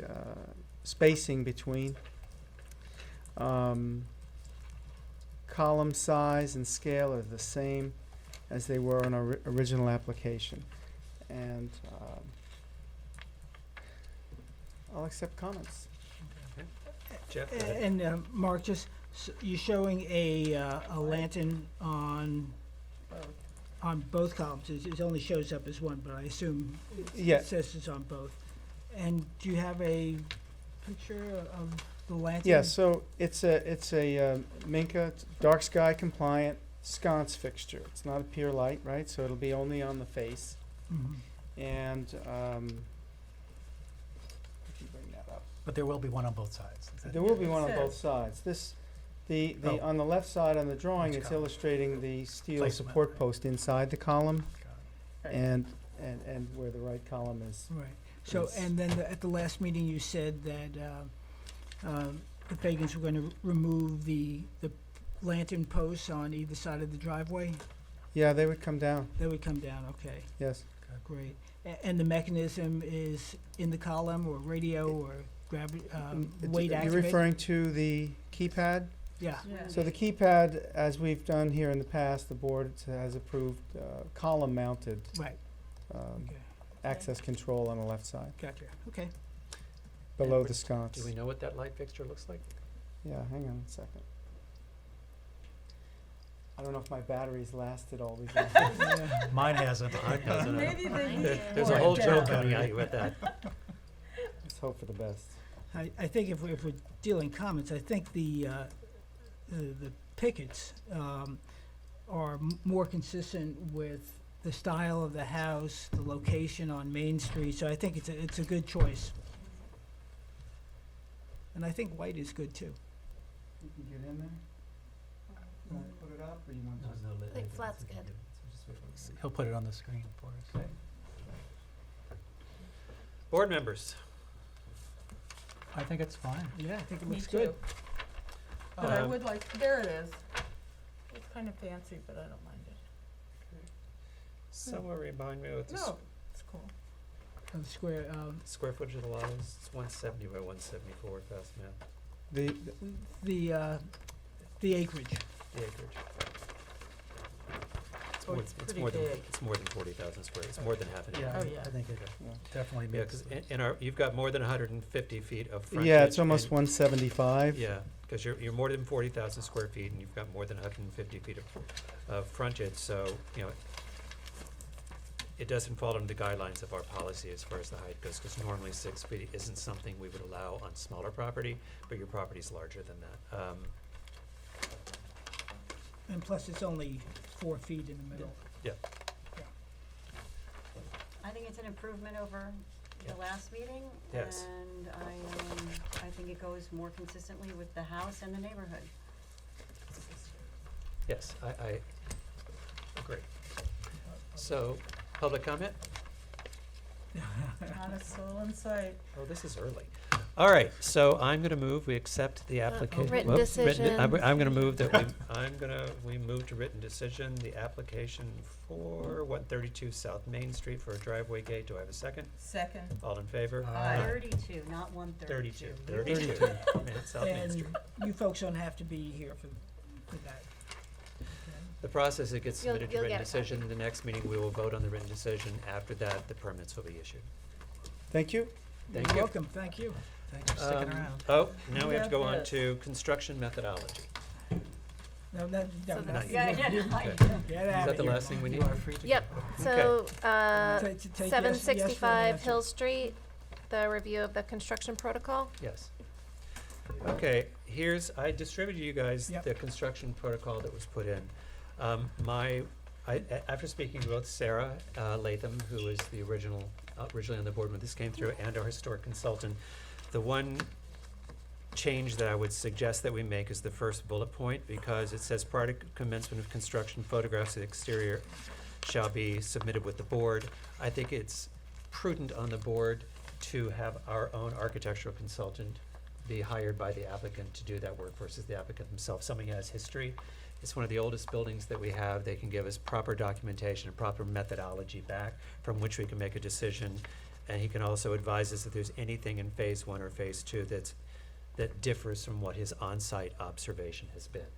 Therefore, I gave you language to change the first bullet point to, prior to commencement of construction, the applicant will hire an architectural consultant as determined by the Southampton Village Board of Architecture Review and Historic Preservation to photograph and catalog the existing conditions in the entirety of the existing structure, which shall be submitted to the board with agreement of or changes to the bullet points 2 and 3, as well as phase 1 and phase 2 construction methodology for review and approval. It transfers that from the applicant to an expert to make sure we protect the building. Are we all in agreement? Yeah, I think that's a good move. We do it. Okay. Does that what's our next step, or are we just If you could just vote on adopting that Okay. as part of the construction protocol, I will send a letter to the applicant. okay? So that then I move we adopt the suggested bullet point language to replace the language in the first bullet point of the submitted construction methodology. And otherwise accept the protocol And otherwise as accept modified. as modified. Okay, great. Do I have a second? Second. All in favor? Aye. With that, I move we adjourn the July 24th meeting of the Southampton ARB. Do I have a second? Second. All in favor? Aye. Aye.